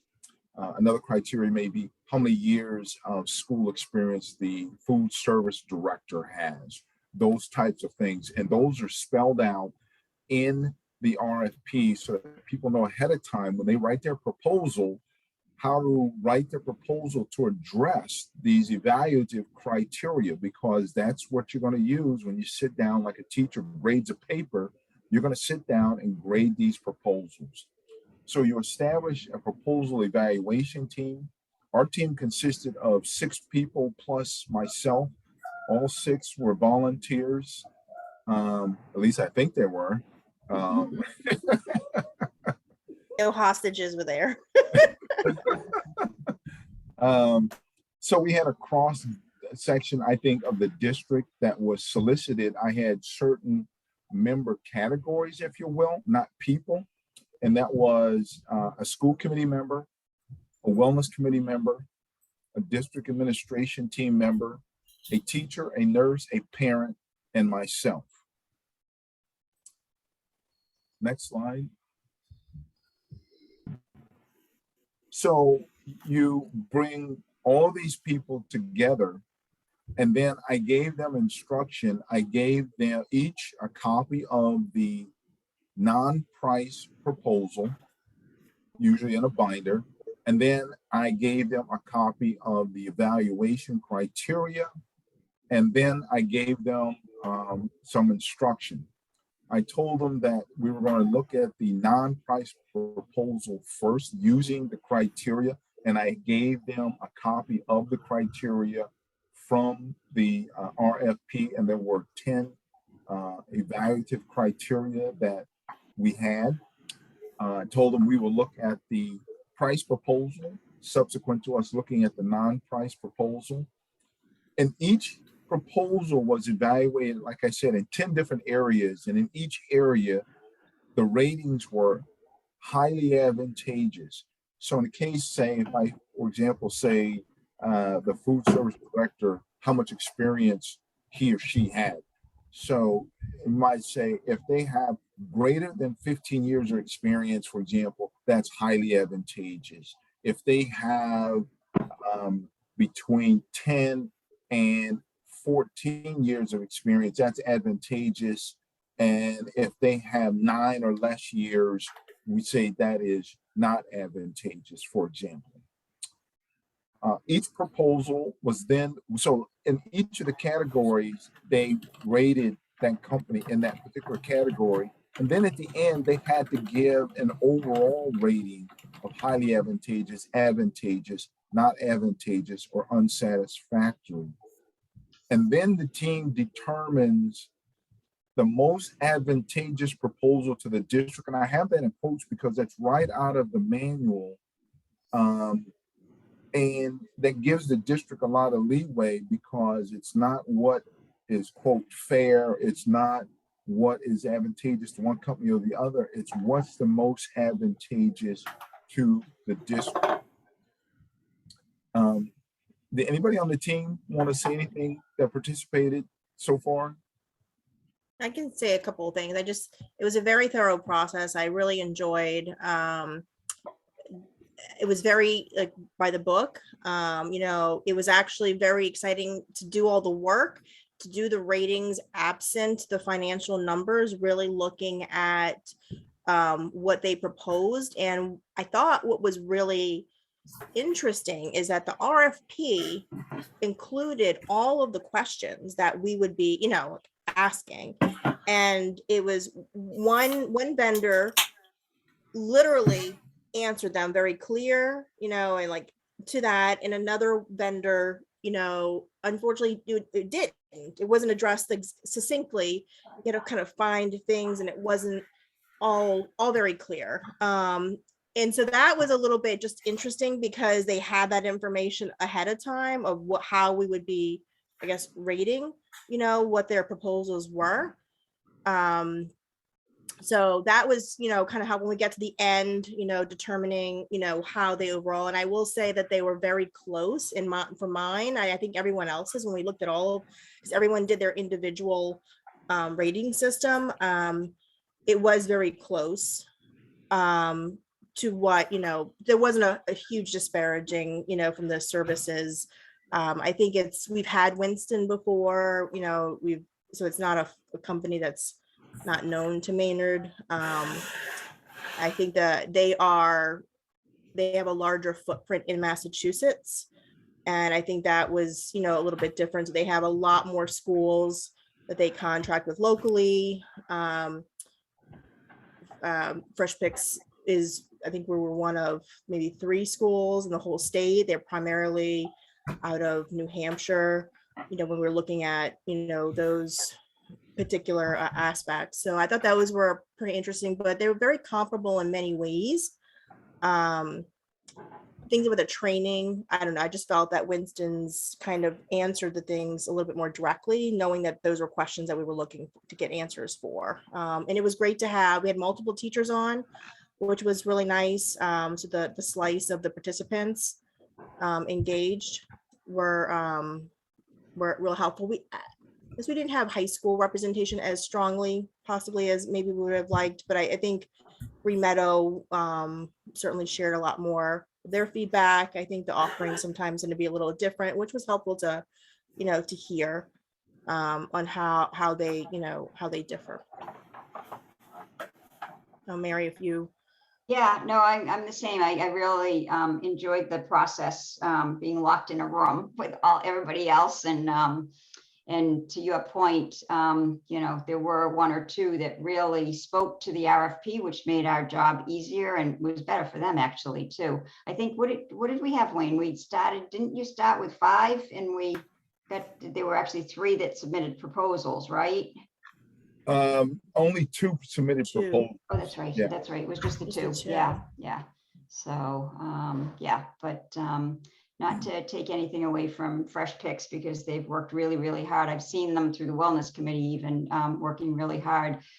Heather was the spokesperson that would sit at the Wellness Committee meetings, and she virtually showed up every single time and would offer suggestions about different things that they could do, especially during the pandemic. So I don't want to, I definitely want to, appreciate them for everything that they've done for us.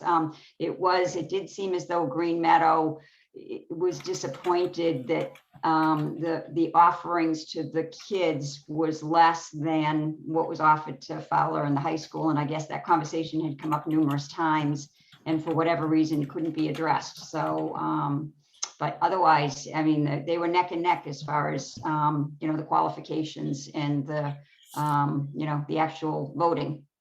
So, And it was kind of like Christmas after all the, open the envelope after, all the blind analysis of the proposals was done. And then it was like, okay, what is the financial comparison? And so that part was also very interesting. And they ended up both, being more favorable for Winston, even though we had some feedback about anecdotal, the staff, with Fresh Picks, what we know to be very, engaging and wonderful.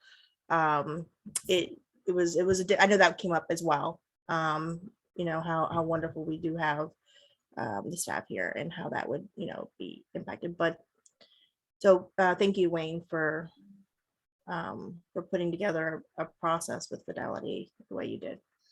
Yes. So again, for those of you that weren't involved, this is a very dictated process. You can look up in the manuals, and everybody has to do this the same across the Commonwealth. There's not a lot of leeway in what you can do. It tells you exactly what you got to do. Like I said, for example, you got to advertise at a certain and give them X amount of days before you require it to be in, and your evaluative process, you have to open the non-price. So it's very strict, very regimented. It is a process that you pretty much can't deviate from. And so I trust when you come out with a result that it's pretty fair, it's pretty objective, and it's based off of the criteria that you made public months before they submitted them, like Mary said, and I think Natasha did too. So everybody knows what you're going to grade them by. And Wayne, isn't it also, so the assessment sheets that we do, those are obviously retained, and the vendor who is not selected does have access, so if they question the, how the process was done or whatever, because anything you write on them is like an interview, right? It's retained, and they can access to review to see how that bidding process was done, and to ensure everything was done in the up and up. Yes, and they did do that. So when we finish with the non-price portion, and Rob Rulo was also a part of this process. I went around the room and everyone gave me their overall rating of each company, and Whitson's came out more advantageous on the non-price portion. So then we go and we open the price proposals, and the short version is that Whitson's offered us a better price proposal than did Fresh Picks. Generally, off the top of my head, Fresh Picks said that in the first year they estimated that there would be roughly a $19,000 to $20,000 loss, and Whitson's guaranteed us a $10,000 profit in the first year. So Whitson's won, if you will, both the non-price and the price proposal. So that wasn't an issue for us, but because of the RFP process, because there is a qualitative part, you are not bound and held to pick the vendor that has the absolute lowest cost, because they say the reason you use this is you may be willing to pay more for a certain quality or attribute. For example, if we had the previous vendor, we had a problem with the food service director not being fully qualified or fully trained. And so the next time we go out, we say we want very strict criteria that the food service director must absolutely meet these criteria. And so with that, then if we have a company who's offering us a food service director with only 8 years of experience, and the other one is offering us one with 20 years of experience, even though they're not the cheapest, we could pick them because of that qualitative experience. We say we're willing to pay more for that because that means more to us. But we didn't have that because Whitson's won in both of them. So after that, I thank very qualified team for helping me in this process. And then what I had to do, again, this is dictated by DESE and regulation. There is a checklist that DESE has that has both mandatory language that must be included into the contract and also language that absolutely cannot be in the contract. And so we have to fill that out and annotate on that checklist where in the contract that DESE can find the language that shows that it conforms to their requirement. So then I must take those two documents, the unsigned contract and this checklist, and submit it to DESE for them to approve it. You cannot sign and execute a food service management contract without their prior approval. So that gets submitted to DESE, and then they approve it, and it comes back. And once it comes back from DESE, it cannot be changed. If you change any language in it, you have to send it back to DESE and start all over again. But the chances are you're not going to need to change the language because probably 85% of the contract is all boilerplate language from DESE to begin with. So we have gotten the approval letter back from DESE. And so I have given you a copy of that checklist and of the unsigned contract.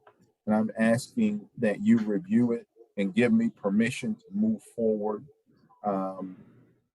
and negotiate with Whitson's and sign the new food service contract. And oh, by the way, it's for 3 years, but they're 1 year renewable increments. So where we are, I want to obtain your permission to enter negotiations and to sign the contract. The contract will take effect July 1st, run for 3 years. And like I said, each segment is a 1 year renewable term for a total of no more than 3 years. I think, Colleen, that's my last slide, I think, yes. I had a couple of questions, Wayne, about the contract, and I did look over the checklist too. Thank you so much. It's a lot of information, so I really appreciate how thorough you need to be with sending it out and getting back and make sure there's alignment there. Hillary, I'm sorry, is it okay if I ask a couple questions? Sure. Okay. Only and if I did, they're easy. uh-oh. Oh dear. Okay, so you did clarify the language, like with the FS. I assumed that's what it was stood for, the food service management company. And I appreciate you adding responding to some of the other questions I had about that they must, get permission from the school department if they cannot rent the facilities for use without, non-during hours. I know that there have been questions in the past about other people using it for personal reasons and whatnot, but it just basically, they still would need to get the school department's permission to do that. Yes, just so you know, I'm sorry not to interrupt you. No, thank you. You're right, to make that very clear, you're absolutely right. We retain ownership over our facilities.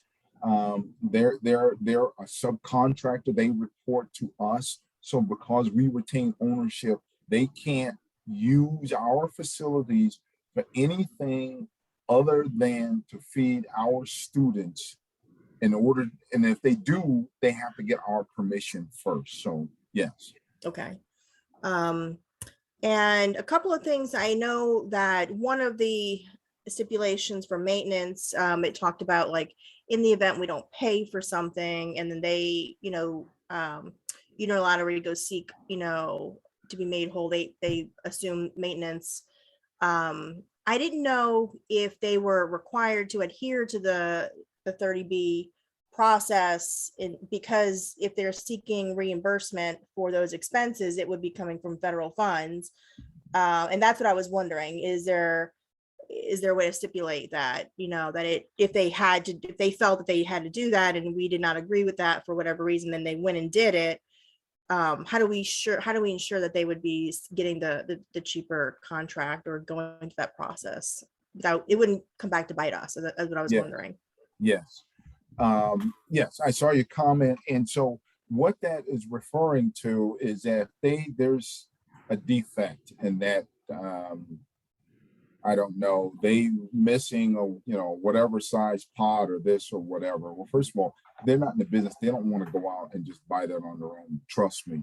And so what that says is that after a reasonable amount of time, if we fail to remedy the situation, that they can go and acquire something. Now, the purpose of that is because they've signed a contract, they are under this burden to produce these meals. They are, in other words, they want it out. They don't want to be held, say, Responsible. captive, that they couldn't produce a meal because we didn't give them the equipment, and then we come back at them. So that's why that they can protect themselves and go out. Now, the thing is, it's never going to get to that point. This was in the Fresh Pick contract. That's kind of Right. standard stuff. Okay. They all know, they've worked in schools and know that we can't purchase anything. Everything we do has to conform to 30B. So, Okay.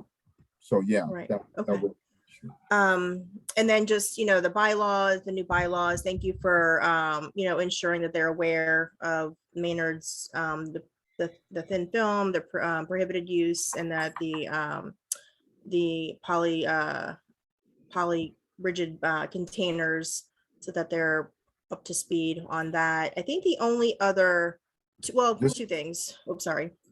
no, I was going to say, on that, when that passed, Greg, the town administrator, shared that with all of us, and I was in the process of the RFP, and I sent it out to everyone and said, just so you know, in our district, this is what's happening, that if you win the award, this is what you have to put up with. So even, right when it came out, before we even awarded the contract, I put that out. Okay. So they were aware of it, yes. Okay, and this might be standard, and I don't know because I haven't looked at the Fresh Picks contract, but I noticed in there that the operating expenses, it talks about that we would, Winston's operating expenses, they'll bill us for their employment taxes, for payroll related taxes like FICA, disability, and workers' comp, and I just didn't know if that is 11.2. It just says they will charge for invoice, the SFA monthly, not, will cover the expenses as defined above, incurred in connection with the program in furtherance, but not in limitation of, and then it outlines the payroll taxes. So we also, we reimburse them for their payroll taxes and all that for their staff. We cover that. The short answer is yeah, but it's not in the form of quote reimbursement. That is what they include in their operating expenses. Okay. And Okay. that's kind of what we get as a bill. So technically, I guess we are reimbursing them, but that's not the way it's packaged. They're saying we have X amount of operating expenses, and that factors into, what we're going to charge you on a monthly basis. And in that, this is what's in some of the things that's included in the charges that we're, and I asked the same question. It just seems weird if they're an independent contractor, because part of the benefit of engaging with an independent contractor is they assume that overhead, and they they charge maybe an admin fee, which we are paying also. But what we're going to get charged is the admin fee, and I forget what they call the other one, the administrative fee, and I forget what the other one is called. Oh yeah, towards the bottom. Those are the Yeah. two things that will get charged. Yeah, we pay like the licensing, and we also are paying, and I noticed this as well, for their directors. There was a reimbursement in there for the salary for their director. Yeah, we So, pay that now. We pay okay, that. that's standard for what we do now. Yep. Okay, When every Um, month I get a breakout of expenses, and in there is payroll. I can okay, see, currently Heather's salary, and the line people and all of that. That's, yeah. okay. But I asked the exact same questions. Yeah. Okay. Now the $10,000 guarantee, and this is something that I was reading because I remember that in our bidding discussion that when we met, and I did see it in here. But when I was looking through in the contract under section, let's see, 11.5. So it has the guarantee, that's where the guarantee. And it says the guarantee 11.5.1, the guarantee is based on and subject to the following conditions and assumptions remaining in effect through the initial term and or renewal. And then it outlines all the assumptions that must remain for the term in order to get the guarantee. But one of those stipulations is the food cost. And this is the part that I was questioning, because the food cost, it says in here that the food cost during the initial term shall not increase by any amount greater than 3%. And that determination is by comparative of the CPI, which is what the Department of the USDA has outlined on theirs. And that is already 5 to 6% projected for next year. And from March 21 to March 22, it has already gone up 8.8%. So that's what I was worried about, is that because of the rising food cost and which are projected to go up above 3% based on USDA, does that risk us nullifying this guarantee? Because that assumption is possibly not going to be able to remain No, true. not for year one. No, but year one is set. What it does is that protects them for years 2 and 3. They don't want to be in a position. In other words, they don't want to come out and say, we're going to guarantee you $10,000 profit for over all 3 years. They wanted, kind of like if you have transportation, you build in a fuel tax or a fuel escalation clause that in case food goes up, then, they want to be able to pass on that rising food costs in subsequent years. Because again, the way the contract is written, this is like 3 one-year contracts. Okay. All right. So it's not that we would risk losing the guarantee because food costs are going to exceed 3%. That's what I was worried it kind of. But in year lent. 2, then kind of all bets are off. That Okay. we would have a discussion about before we would sign for year 2. You say, okay, what's your financial projections for year 2? Okay. And then I guess the last question I had was more relating to the committee, the advisory board, 14.2. It talked about that was composed of parents, teachers, students to assist in the menu planning. And it looks like that is based on some codified statute under MGL that exists now. And I don't think we have such a committee that encompasses all of that. I don't think Mary, does the wellness committee, Yep, do you it guys does do include- It does. you guys do menu planning? No, we don't do menu They planning, but don't it do does. menu planning, but they can provide input into That's- the menu, and exactly Mary what we and do. Charles can speak to that better than I can. Yep. Okay, because that's where the way it was worded, I guess where it was very clear, it says teachers to assist in menu planning.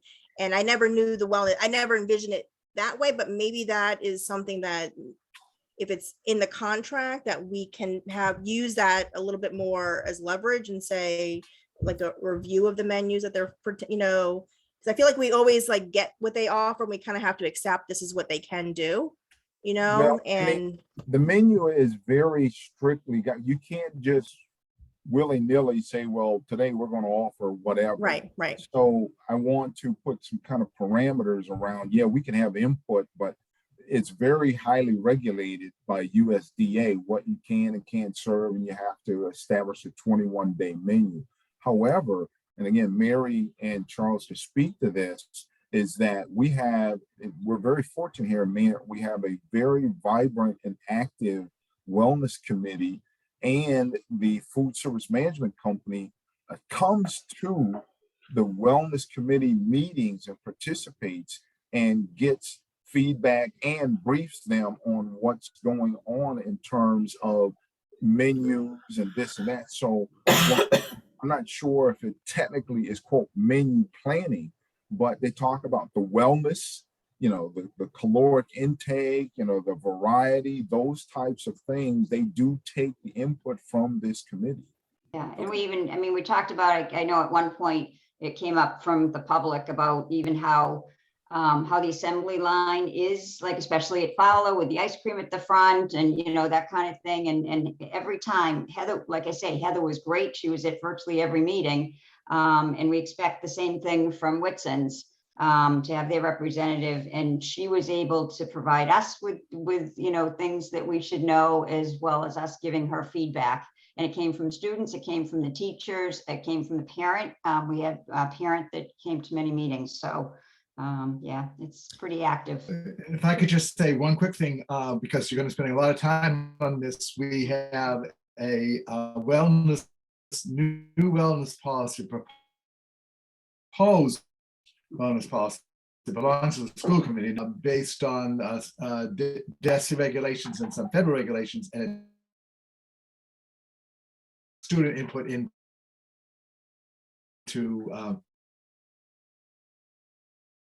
menu selections. That right now, comes out Work's right gone into that. And I think the only other thing was, I remember in the RFP, we talked about like student, education. The contract outlines the committee, the community, educate about food and cultural. That was part of the RFP we saw in their proposal, which I think was different than what we had seen before. So that was it. All right, thank you. Anybody else? No? Nope. I hope I didn't put out too much information or overwhelming. No, good job. No, No, thank I appreciate it. Yeah. Thank you, Wayne. Do we want to make a motion to approve Wayne going forward with this? Yeah, we're comfortable with it. Yep. So I make a motion that we're approving the proposed contract, and we are recommending or approving to execute the contract proposed with Winston's effective FY23. And to enter into negotiations, do you have to add that to the Oh, motion? I don't know if it matters. Isn't this the contract? We're not negotiating. I'm sorry, didn't he say, I thought he said he had to, are you negotiating, Which is Wayne, doing- or is this the contract? that's it. Oh, you're Wayne's muted. muted. It's part of the verbiage to negotiate and to execute the contract. Yep. Actually, when once we had the results of the evaluation team, I told Whitson's, I said, get on it and develop this, because I knew we were late in the year and we still need time to Whitson's to hire and to get information out to the parents. So There's nothing going to change about the contract that we're seeing, is what I guess we just say approve and execute this contract. That would be correct, right, for FY23? Yes. Okay, Great. all right. All right, I can second. Okay, discussion? Okay, roll call vote. Natasha? yes. Mauro? Yes. Mary? Yes. Elizabeth? Yes. And I'm a yes. Yes, and if I could just make a quick comment to Wayne, just to follow up with Whitson's and just let them know about the Green Meadow piece, that they're expected to treat them the same as everybody else for the meals, and also the staff, if I know it's if as much staff as they can keep. I think some of that staff, probably a lot of it, was here the last time Whitson's was here. It would be great if we can get maybe an update on what that what Yeah. that will Well, be. Mary, I had on my mind reading cap because in my conversations, I had a Zoom call with the VP of sales and the guy that's above her. And two things that I mentioned was the fact that the Green Meadow did not have a full serve kitchen. And as a result, at times they felt shortchanged that their meals were different. And I said, you need to be able to address that. And I said, it was my understanding that you carted meals from the Fowler down there to help ease that inequality or disparity between the two. So I said, I want that to be addressed. And I also told them that about the, reiterated, because I told them before about the plastics. And I had said that, you know, that it was a pretty high bar down there at the Green Meadow, and that they needed to look at the staffing, because I think they had assigned preliminarily 2 people that they were going to put down there. And I said, again, you know, I don't want to tell you how to do your business, but that's a concern. So I was channeling you, Mary. I already you, brought Wayne. No, it up. that's great. No, I think it was something that we were considering. You know, it got brought up, so it'd be great to hear what the result of that would Thank be. you, Wayne. Yeah. Do you know if they're hoping to hire some of the same people that were working for Fresh Picks I hope so. to keep That's what we the were kind of staff that thinking they about. continue to? I'm sorry, Hillary, I didn't hear you. So, are they thinking about hiring some of the same staff that have been working for Fresh Picks so the kids can have some consistency in who they have relationships with? Yeah, they're under no obligation to do that, but it's in their best interest to hire as many people that are existing, because that helps them, that flattens out their learning curve to hire people. And they, like you said, though, they already have a relationship with the students. So while they're not required to do that, that's kind of the standard of the industry for the reasons I just stated. Great. Thank you, Wayne. Yes, thank you. Yeah, thank you. Yeah. Sorry, I'm writing. Okay, so next we have superintendent's report.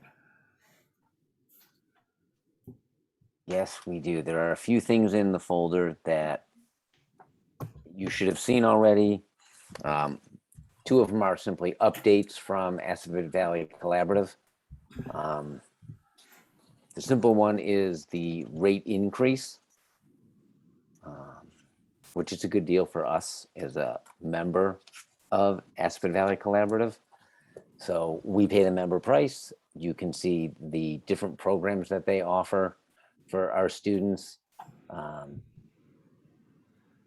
It's really just an update for you so you know what it is that they're charging for their different programs. There's nothing to vote on or do anything with, besides it's just good information for you to know as a member district for them. Are you okay with it? Like, do you think it's okay, or do you have concerns? Or No, anything? we went through it pretty in detail. And it makes a lot of sense.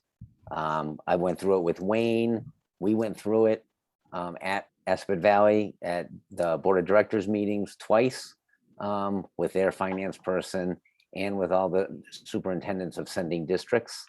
So it gets a pretty thorough look over, if you will. And yeah, there was no problem with it. It made sense. I mean, for us, as I said, as a member, we save money. So if we weren't a member, clearly we would still have to send the students who are attending Aspen Valley Collaborative somewhere because they need that level of support. So to be a member saves us money.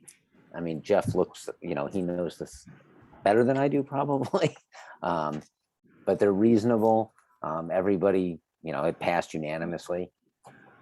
So just so you're really, I just wanted to share it with you so you're in the know, if you will, of what And we're the a rates member are. of the Case Collaborative as well, right? So we have, Correct.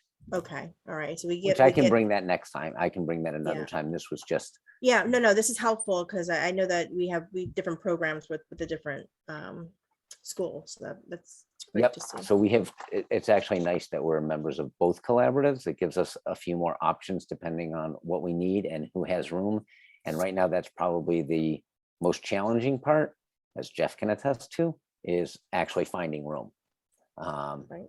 And their challenge right now is finding staff. Because as much as we have trouble finding staff, they even have a more challenging time finding staff. There was one question that I was just going to try and clarify, where it talks about elimination of tier 1 for new students.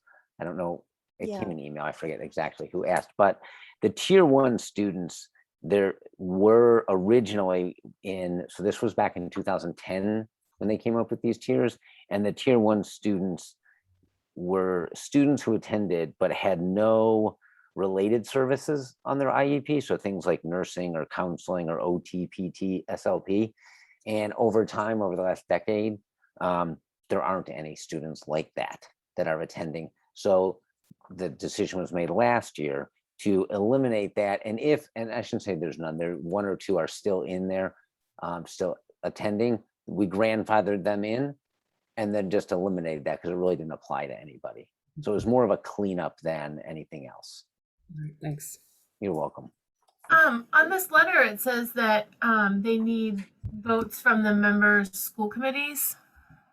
For the That's for the capital capital. reserve. Yeah, Okay. capital. Yep.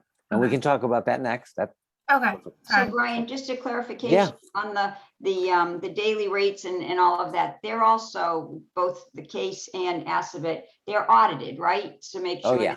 that they're not going hog wild crazy with their Correct. increases year to year. So that makes me feel better too. And they're actually very cautious right now because if you remember a few years ago, one of the collaboratives, EDCO, had some, I think it was EDCO, had some issues. So yes, they are audited.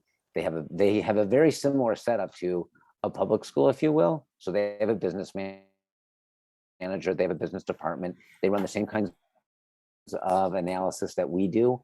So yeah, that accountability is there. You're welcome.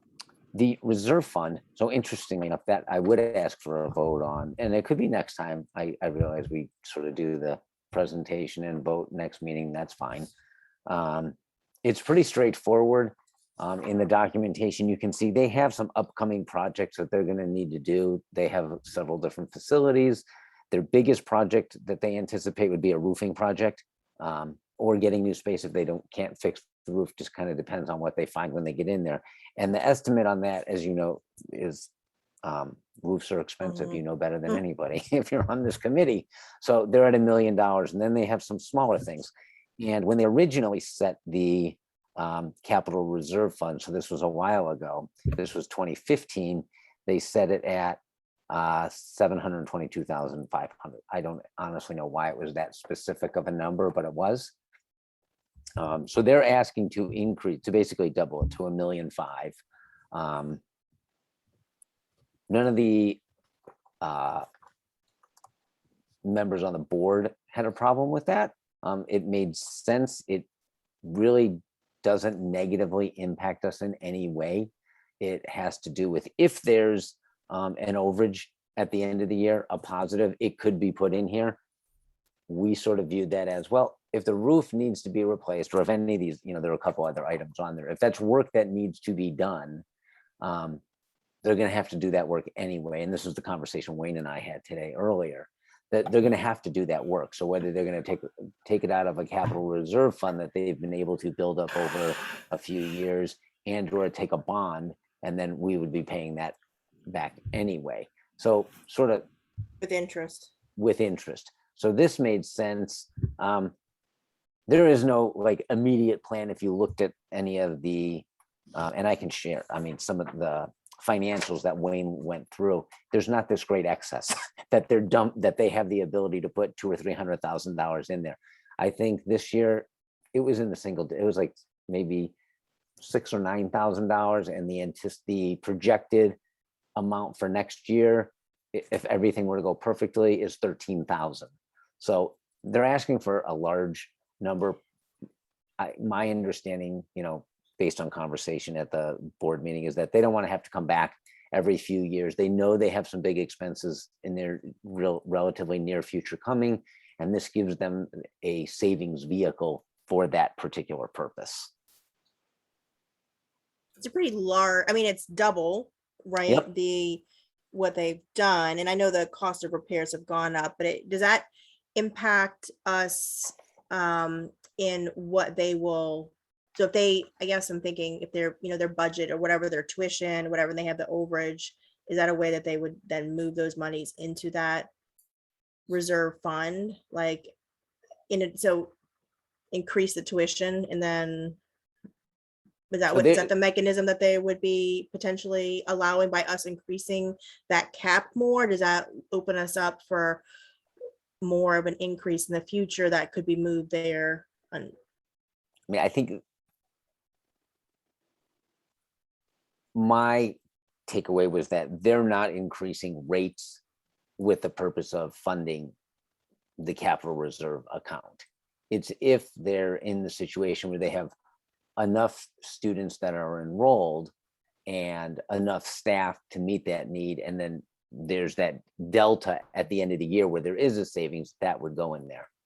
And then enrollments the next couple of years are probably going to be full or pretty. Right. I would anticipate enrollments being high over the next few years for them. Was there hesitation at the 1.5 million? Or is that, I mean, I guess. There really wasn't. And I think it's because maybe it's because one of the projects is at the $1 million mark at just Already. an estimate. And from everything we've been hearing, getting materials and getting people to be able to, to schedule the work has been difficult and expensive. So we didn't anticipate the cost for any of the projects going down in the near future. Thank you. I see Wayne's hands up, or Yeah, maybe. Wayne? No, I was just going to address Natasha's question. If I understood it, there was maybe kind of the implication that they could be raising rates in order to fund this and, kind of padding their bottom line. And there are a number of things to protect against that. Number one, like Brian said, they're audited. Excuse me. Number two, Brian is on their board and gets to see all of their financials. So if that were to happen, he would be able to see that and say, wonder why, all of a sudden now you've got, $800,000 left over at the end of the year. And, we could step in and say, hey, we need to do something with this. And the other thing is they are regulated with how much money they can keep. And I want to say, don't quote me, I want to say it's like 25% above what they estimated, and then they have to kick it back. So there are things in place that kind of stops them from kind of padding the bottom line. Okay, thank you.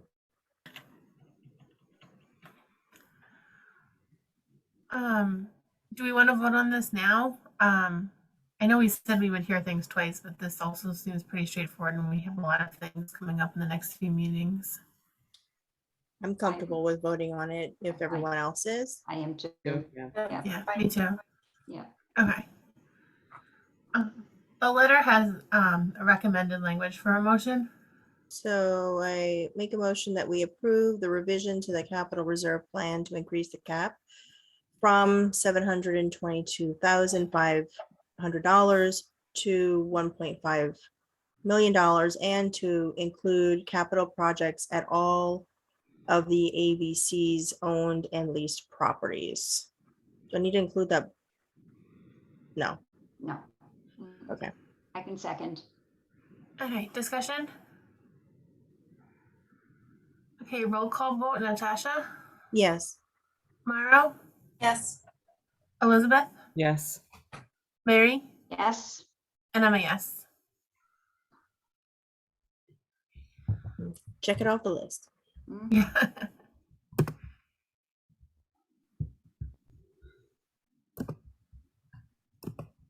Brian, you still on superintendent's report? Yeah, I think I'm going to try and do this differently than I had anticipated because it's 9:30 and Colleen's actually on vacation, and I feel bad that she's still Aw. here. Yeah. So Good what thought. I would suggest is I will expand on this in narrative form, send that out to you so that we can use the chart and the narrative and go over it at the next meeting. I can highlight some of the things on the ESSER 3 so you know what some of the differences are, because there are some exciting things. So I don't want to totally just be like, next time. But I think that will be probably the most beneficial use of time for everybody. And maybe we'll move it up in the agenda so that we're a little more with it to have the conversation. We did have some further meetings after our last meeting with the MTSS teachers, with the administration, with Wayne and Charles and Jeff and everybody who's really looking at grants. And we were able to increase our MTSS instructional staff by 1, which gets us that 3rd person at Fowler. Thank So you we're for very that. excited about that. Thank They're you. excited about that. Yeah, absolutely. Very. There was some clarification, just which 2 years. So it's 2022, 2023, and then 2023, 2024, just for clarity's sake. The stipends for summer work, that's the same. You can see there's been some reductions in contractual services and supplies, but also some a little more clarity around that. I'll go into more detail on that in the narrative. But so, for example, under contractual services, we still have Novak Consulting. That's a signed contract for roughly $30,000. I'll get, I'll tell you exactly what that is. And then there's additional PD that we didn't know when we wrote ESSER 3, what was going to be the need of the students, which involves literacy, math, health and wellness, world languages, and some of what we need will likely connect to the report that we get from MABE. So we don't know exactly what that is yet, but we know it's professional development in those critical areas. And then we want to continue with our air quality testing. So we use a company that comes in and tests the air quality in each of the buildings. And we'll continue to do that more frequently than we did prior. I think most people have done it and do it once a year. Just due to COVID, we've done it more often. So we would leave that in there. Supplies. Again, we didn't know when we wrote this exactly what supplies were going to be needed, and that will probably connect to what professional development we're going to do.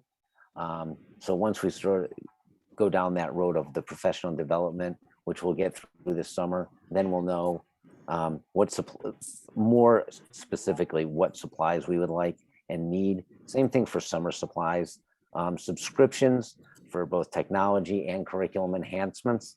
And we'll have a little more information on that. And then possibly furniture, depending on what is most beneficial for the students. And then, so those two areas actually decreased. Actually, contractual services stayed the same. Supplies, we reduced to fund the 1 additional MTSS teacher. And then you can see that the MTRS and the fringe benefits both increased, and that's just because of the additional teacher.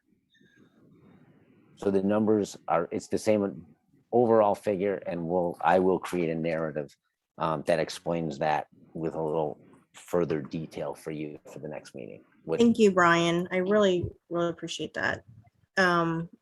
Is it possible that the narrative would be, and I've mentioned because I know last year it was like what we had already approved. I'd like to kind of have that like lesson learned, like what we approved, what we spent our money on, and then the logic behind the pivots, like the data that inform, like you were just talking about a little bit, and maybe that's what you're envisioning talking about. Like we identified, literacy is, more of a, math, Sure. So I just wanted, maybe that would somehow connect the two of this was the justification last year, and, this is our justification this year, and it's based on, whatever the data that the MTSS teams have, pulled together. Yep. So it just kind of creates that continuing story. Absolutely.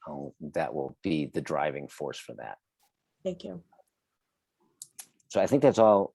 I think that's a good use of that time. So then you can look at this, and I'll expand on that with what we just talked about. Thank you. Thank you. Okay, for the chair report, I want to say thank you to both Sean and Mauro for running this spring, and congratulations to Mauro. I really appreciate you agreeing to do this and to help us out with this and take on this commitment. And I think you're wonderful, and I'm really excited for the next 3 years. And then, so last night, the town moderator asked the Board of Health for advice with regards to town meeting. And at their meeting last night, they said if you're expecting to have 300 people spread out between only 2 rooms with some unmasked, the risk is just too high. And so they voted to recommend that town meeting be postponed until it could be held outdoors. And then today, the town moderator met with other folks and decided to postpone town meeting until it could be held outside. I don't believe they have a date yet. And I also thought it was interesting that they were saying that it was unsafe to have 300 people with some unmasked spread out between 2 rooms. That like 150 people in a room with someone masked was not safe. Because I think we probably do that quite a bit, like the Wizards game, the prom, the fine arts night, the dances and stuff like that. So I really appreciate that you sent out the email encouraging people to wear masks. Because I think there probably is quite a bit of risk right now. And then I went to the CPC meeting last week because they wanted to talk to Wayne about the Keenan Field project. They wanted to clarify control of the fields and had questions about field maintenance, the MOU between the schools and the DPW, and who was going to be responsible for the project at Keenan. The outcome was that it would basically be a joint effort with Wayne handling the procurement, the school's facility manager overseeing construction, and with advice from Justin, since he's done the other field projects. And then, of course, Jay Ratchie being the softball expert and planning the whole thing. They asked the school committee and the schools to investigate the comments that Lydia made at their meeting back in January about the schools not being able to spend over a certain amount on facilities or maintenance because there were rules about the percent that must be spent on academics. They actually spent a lot of time researching this and read about net school spending, and one of them called Desi to ask questions about this to try to figure out what exactly that percentage was. It was a little unclear where this came from. It seems like it's probably a combination of the discussions about maintenance on Green Meadow hitting the 30% of the value of the building, bring up to code, and the net school spending rules, and just not having extra money in the budget for maintenance. And they were concerned when I mentioned that part about not having money for maintenance in the budget, but I explained about the money going directly to DPW as part of the MOU and the plans to update the maintenance plans for the fields. They asked me to specifically find out from the school committee and from Brian what this rule is about the percentage. So if anybody who knows more info on that, that'd be helpful. They expressed frustration with the amount that they're trying to help the schools with funding projects and the lack of involvement the schools have with them, making it hard to communicate and be on the same page. So I mentioned talking to the school committee about having a liaison with both CPC and the capital planning committee to sort of keep that communication open, because I know the capital planning has also reached out feeling like they don't really understand where we're at and what our priorities are and stuff. So I thought that was something we could kind of keep in mind for when we plan for next year for liaisons. But can I ask a question about that again? I'm sorry, just so they feel they don't know what our priorities are, like our goals. No, I think both. I've seen emails from both CPC and I've heard from CPC, and there's been emails from capital planning saying like they're a little bit unclear.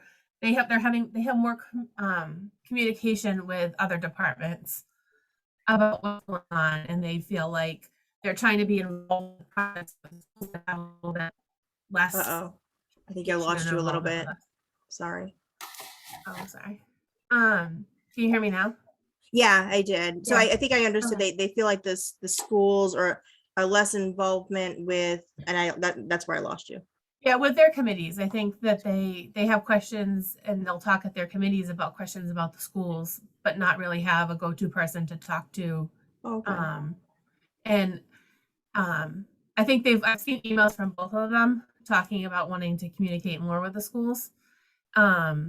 And so maybe if we had a liaison with them, we could sort of go to some of their meetings to help work on that connection. And probably, I know particularly DPW does a whole lot of advocacy with those two committees, and we probably need to sort of keep up with the advocacy to keep up with their support. And then I talked to Dorothy about, this is sort of a longer thing we should probably talk about another time, but about planning for the end of the year and about helping us with self-assessment and the rubric for the superintendent evaluation. And it seems like we need Dorothy at least once, but hopefully we could have her come just for one workshop with us and see if we can get the parts that we would need her help with done in one meeting, and then do the rest on our own. And she said she has time in June. She doesn't have any time in May, but she has time in June and then later in the summer. So I didn't know if people could give me an idea of what they're thinking about in terms of scheduling for that. But we could probably talk about that in email. So Maybe a doodle, Colleen, maybe we can do yeah. a doodle or something. yeah, I know June's probably tough with activities and stuff. But I'm really hoping that we can sort of wrap up this year at the end of this year and do goals and such for next year in the summer instead of going until December. Okay, that's all I have. For the future meeting formats, that's probably also kind of a longer discussion. The one thing that I had to add about that discussion is I was talking to Alana about FinCom's plans, and for us, there's only 3 more meetings that we have scheduled before the date that the remote meeting allowance ends.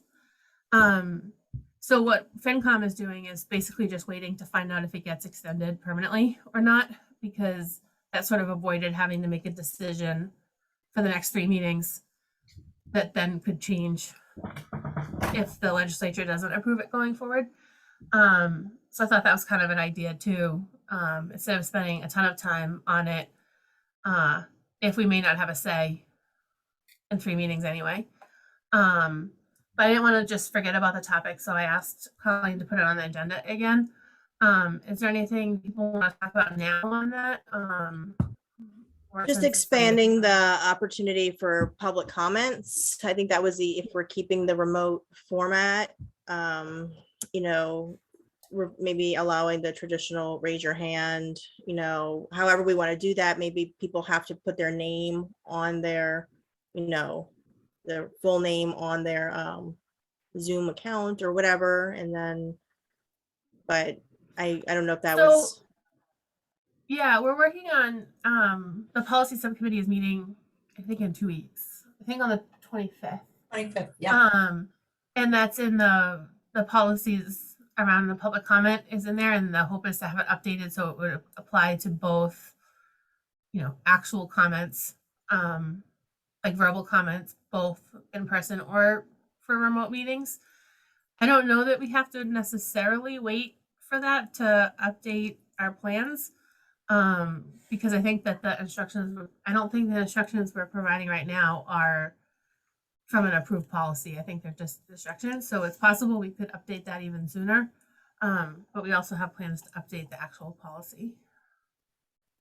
And I think the only other feedback I would say about format is that I think at some point I would like to think about how we can maybe invest in a hybrid option. I know it comes with a cost, but I think that in the long term is a sustainable model to keep families engaged.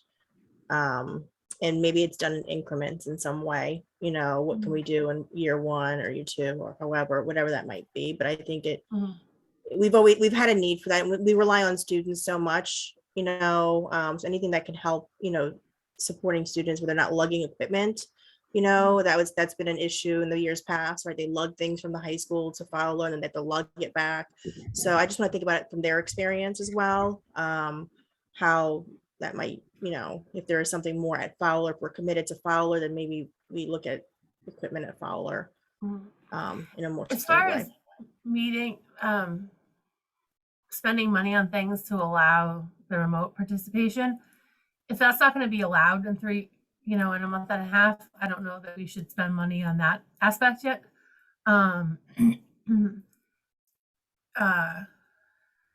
Personally, I was not a fan watching other like the Board of Selectmen meeting with the remote. I felt like I couldn't see any of the select board members' faces because they ended up being so far away.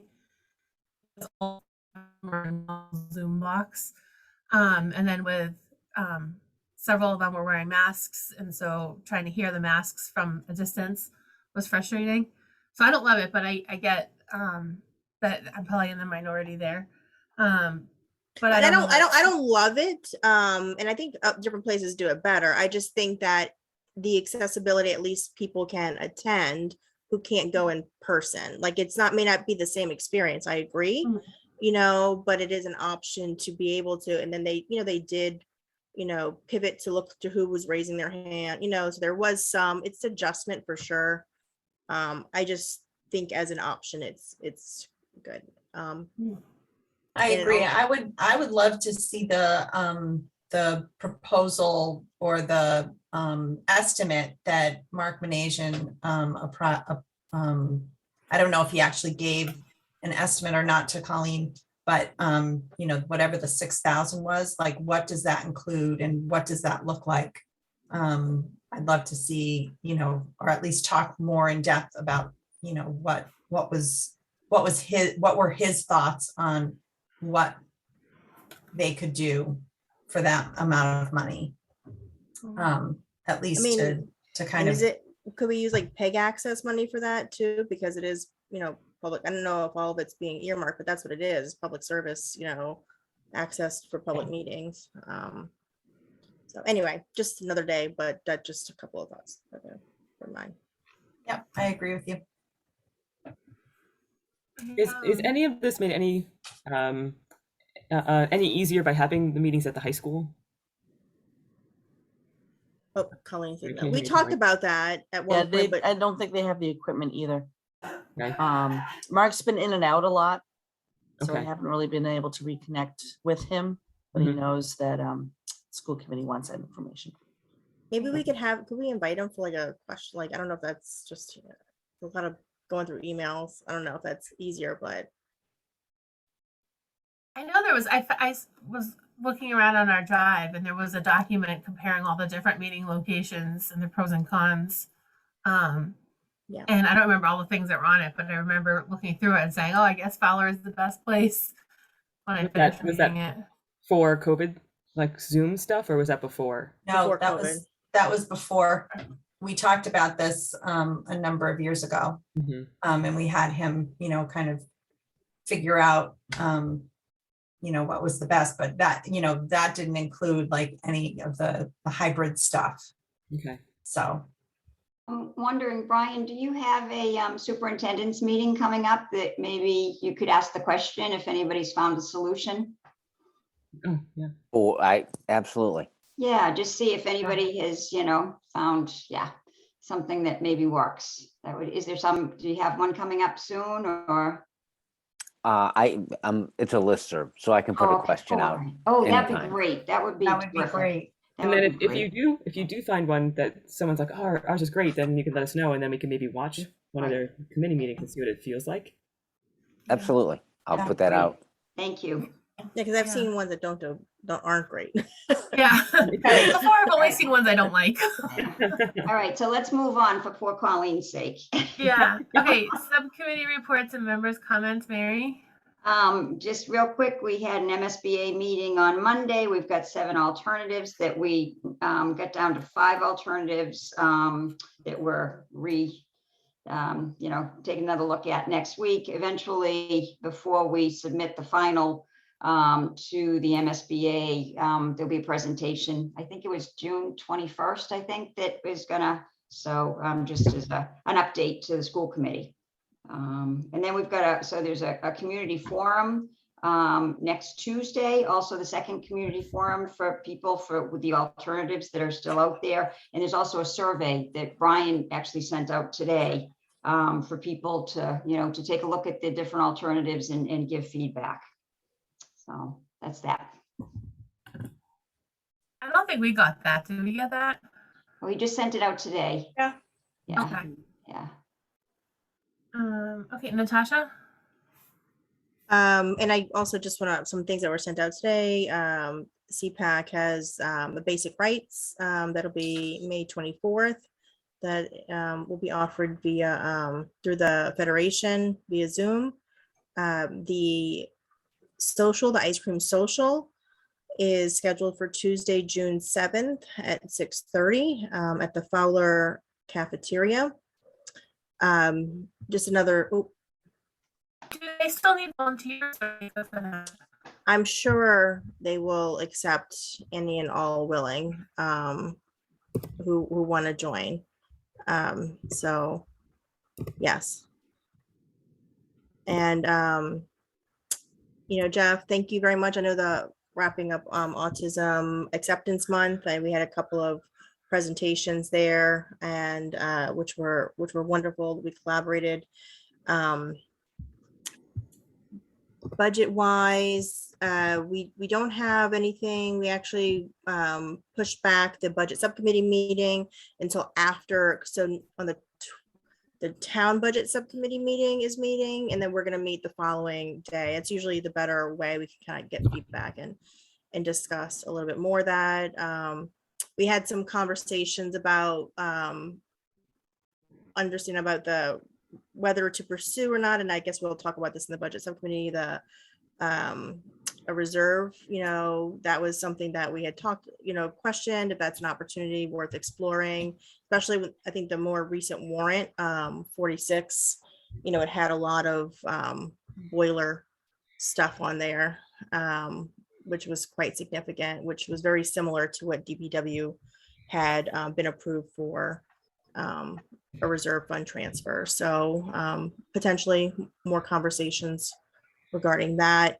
And then I didn't know if there was any information about the Student Opportunity Act, the amended, was it the FY 22? Like there's an annual thing that has to go out, and we didn't do anything this year, but it looked like there was some deadline or something that needed to be sent to DESE.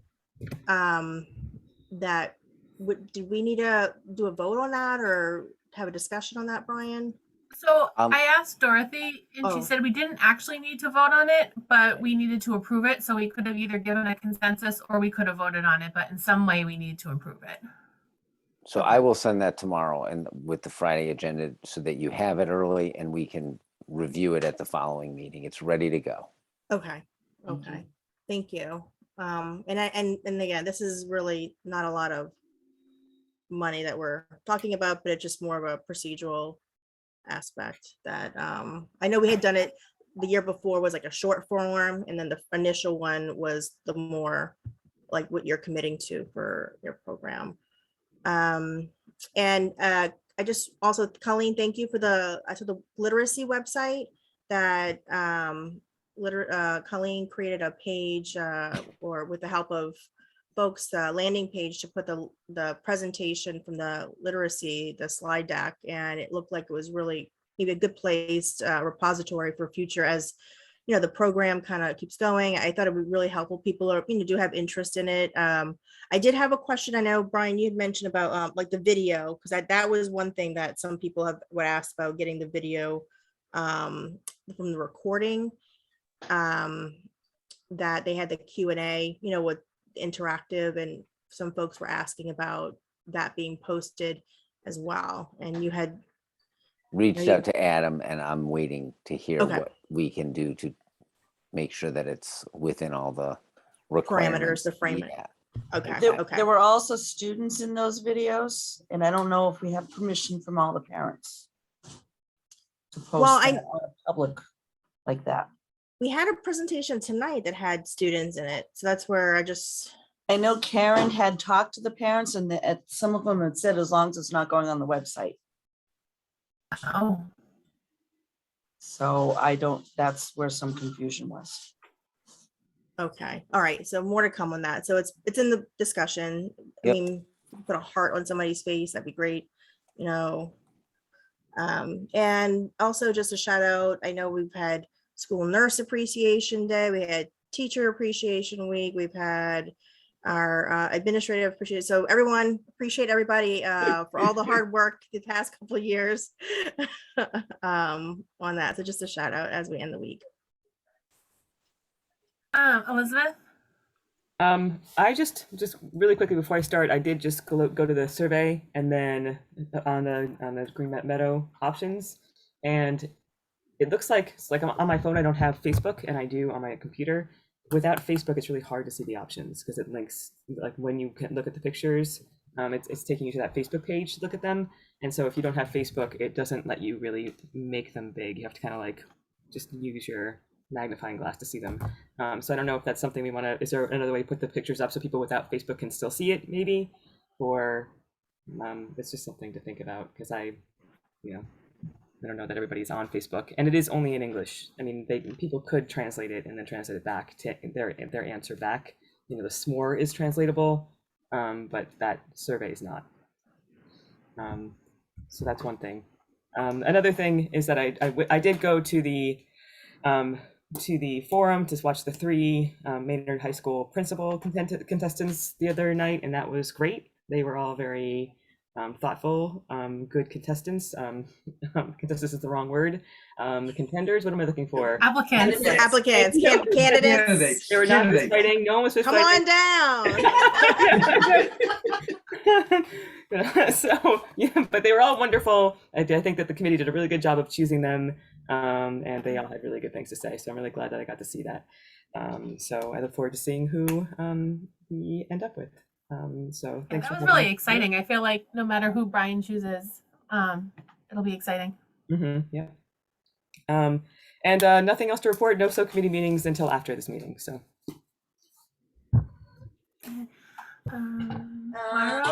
Let's see. Just one note about the agenda. It would be helpful if the things that we're supposed to be voting on actually said VR, because a couple, like 1, 2, feel like at least 2, if not 3 things on this agenda did not say VR. It just said IO. So that would be helpful just for planning purposes. I don't think Wayne was expecting any vote on the food services tonight. I'm sure he's happy he got it, but I don't think he's. Because Oh, he's expecting okay. it next meeting. All right, I see. And then tomorrow is the senior project presentations for the afternoon. Tomorrow's a half day, so I'm assuming that all 90 kids are going to be going through their presentations, which is will be exciting. I'm looking forward to it. This going to be my first year doing that. Very fun, very fun. Yeah. Done it a few years. Yeah, tomorrow will be Good. fun. Good. I'm excited to be involved in that. And then I think we're supposed to have a personnel meeting on Monday. Yes, we have one on Monday. Yep. Great. And I think that's all I've got.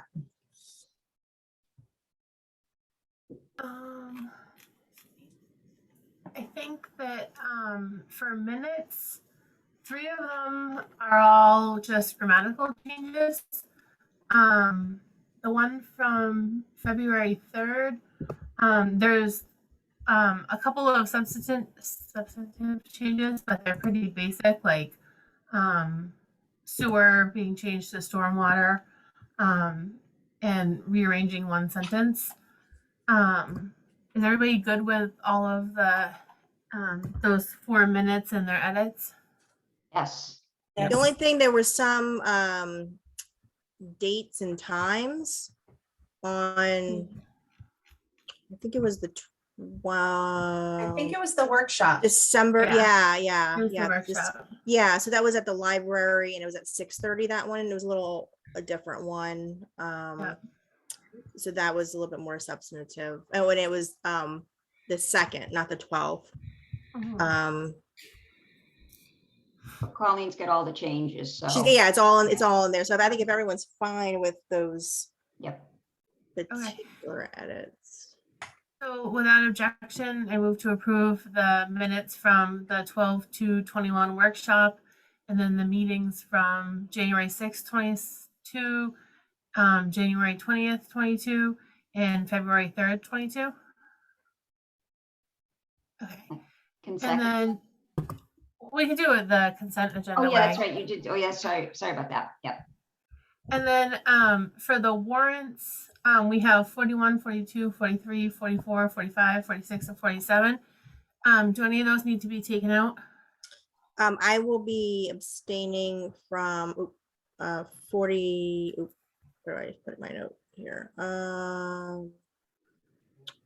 Oh, darn. 41 and 46. Okay. So without objection, I move to accept warrants 22-042, 22-043, 22-044, 22-045, and 22-047. Okay, and then roll call vote to approve warrant 22-041. Mauro, Yes. Mary, Yes. Elizabeth, Yes. Natasha, Abstain. and I'm a yes. Colleen? Oh, you're muted. Was there an actual motion made? Oh, no, I just, okay. Can we have a motion to approve 22-041? I can second. Oh. And then all the Oh, you have the votes. same motion. You Okay. can do the second vote, do them both together. I mean, Yeah. Okay. Oh, yeah. Okay. So a motion, can someone make a motion for 041 and 046? I'll make a motion to approve, hold on. 22-041 and 22-046. Mhm. Second. Okay. Discussion? Okay. Roll call. Mauro, Yes. Mary, Yes. Elizabeth, Yes. Natasha, abstain. and I'm a yes. Okay. Close my agenda, but I think that's everything, right? Yep. I make a motion that we Okay. adjourn. I'll Okay. second. Second. Yeah. Okay. Roll call. Natasha, Yes. Mauro, Yes. Mary, Yes. Elizabeth, Yes. I'm a yes. Thank Enjoy you. your vacation, Yeah. Colleen. I know we Yes. we finished before 10 o'clock at 9:59. Woo! Thank you.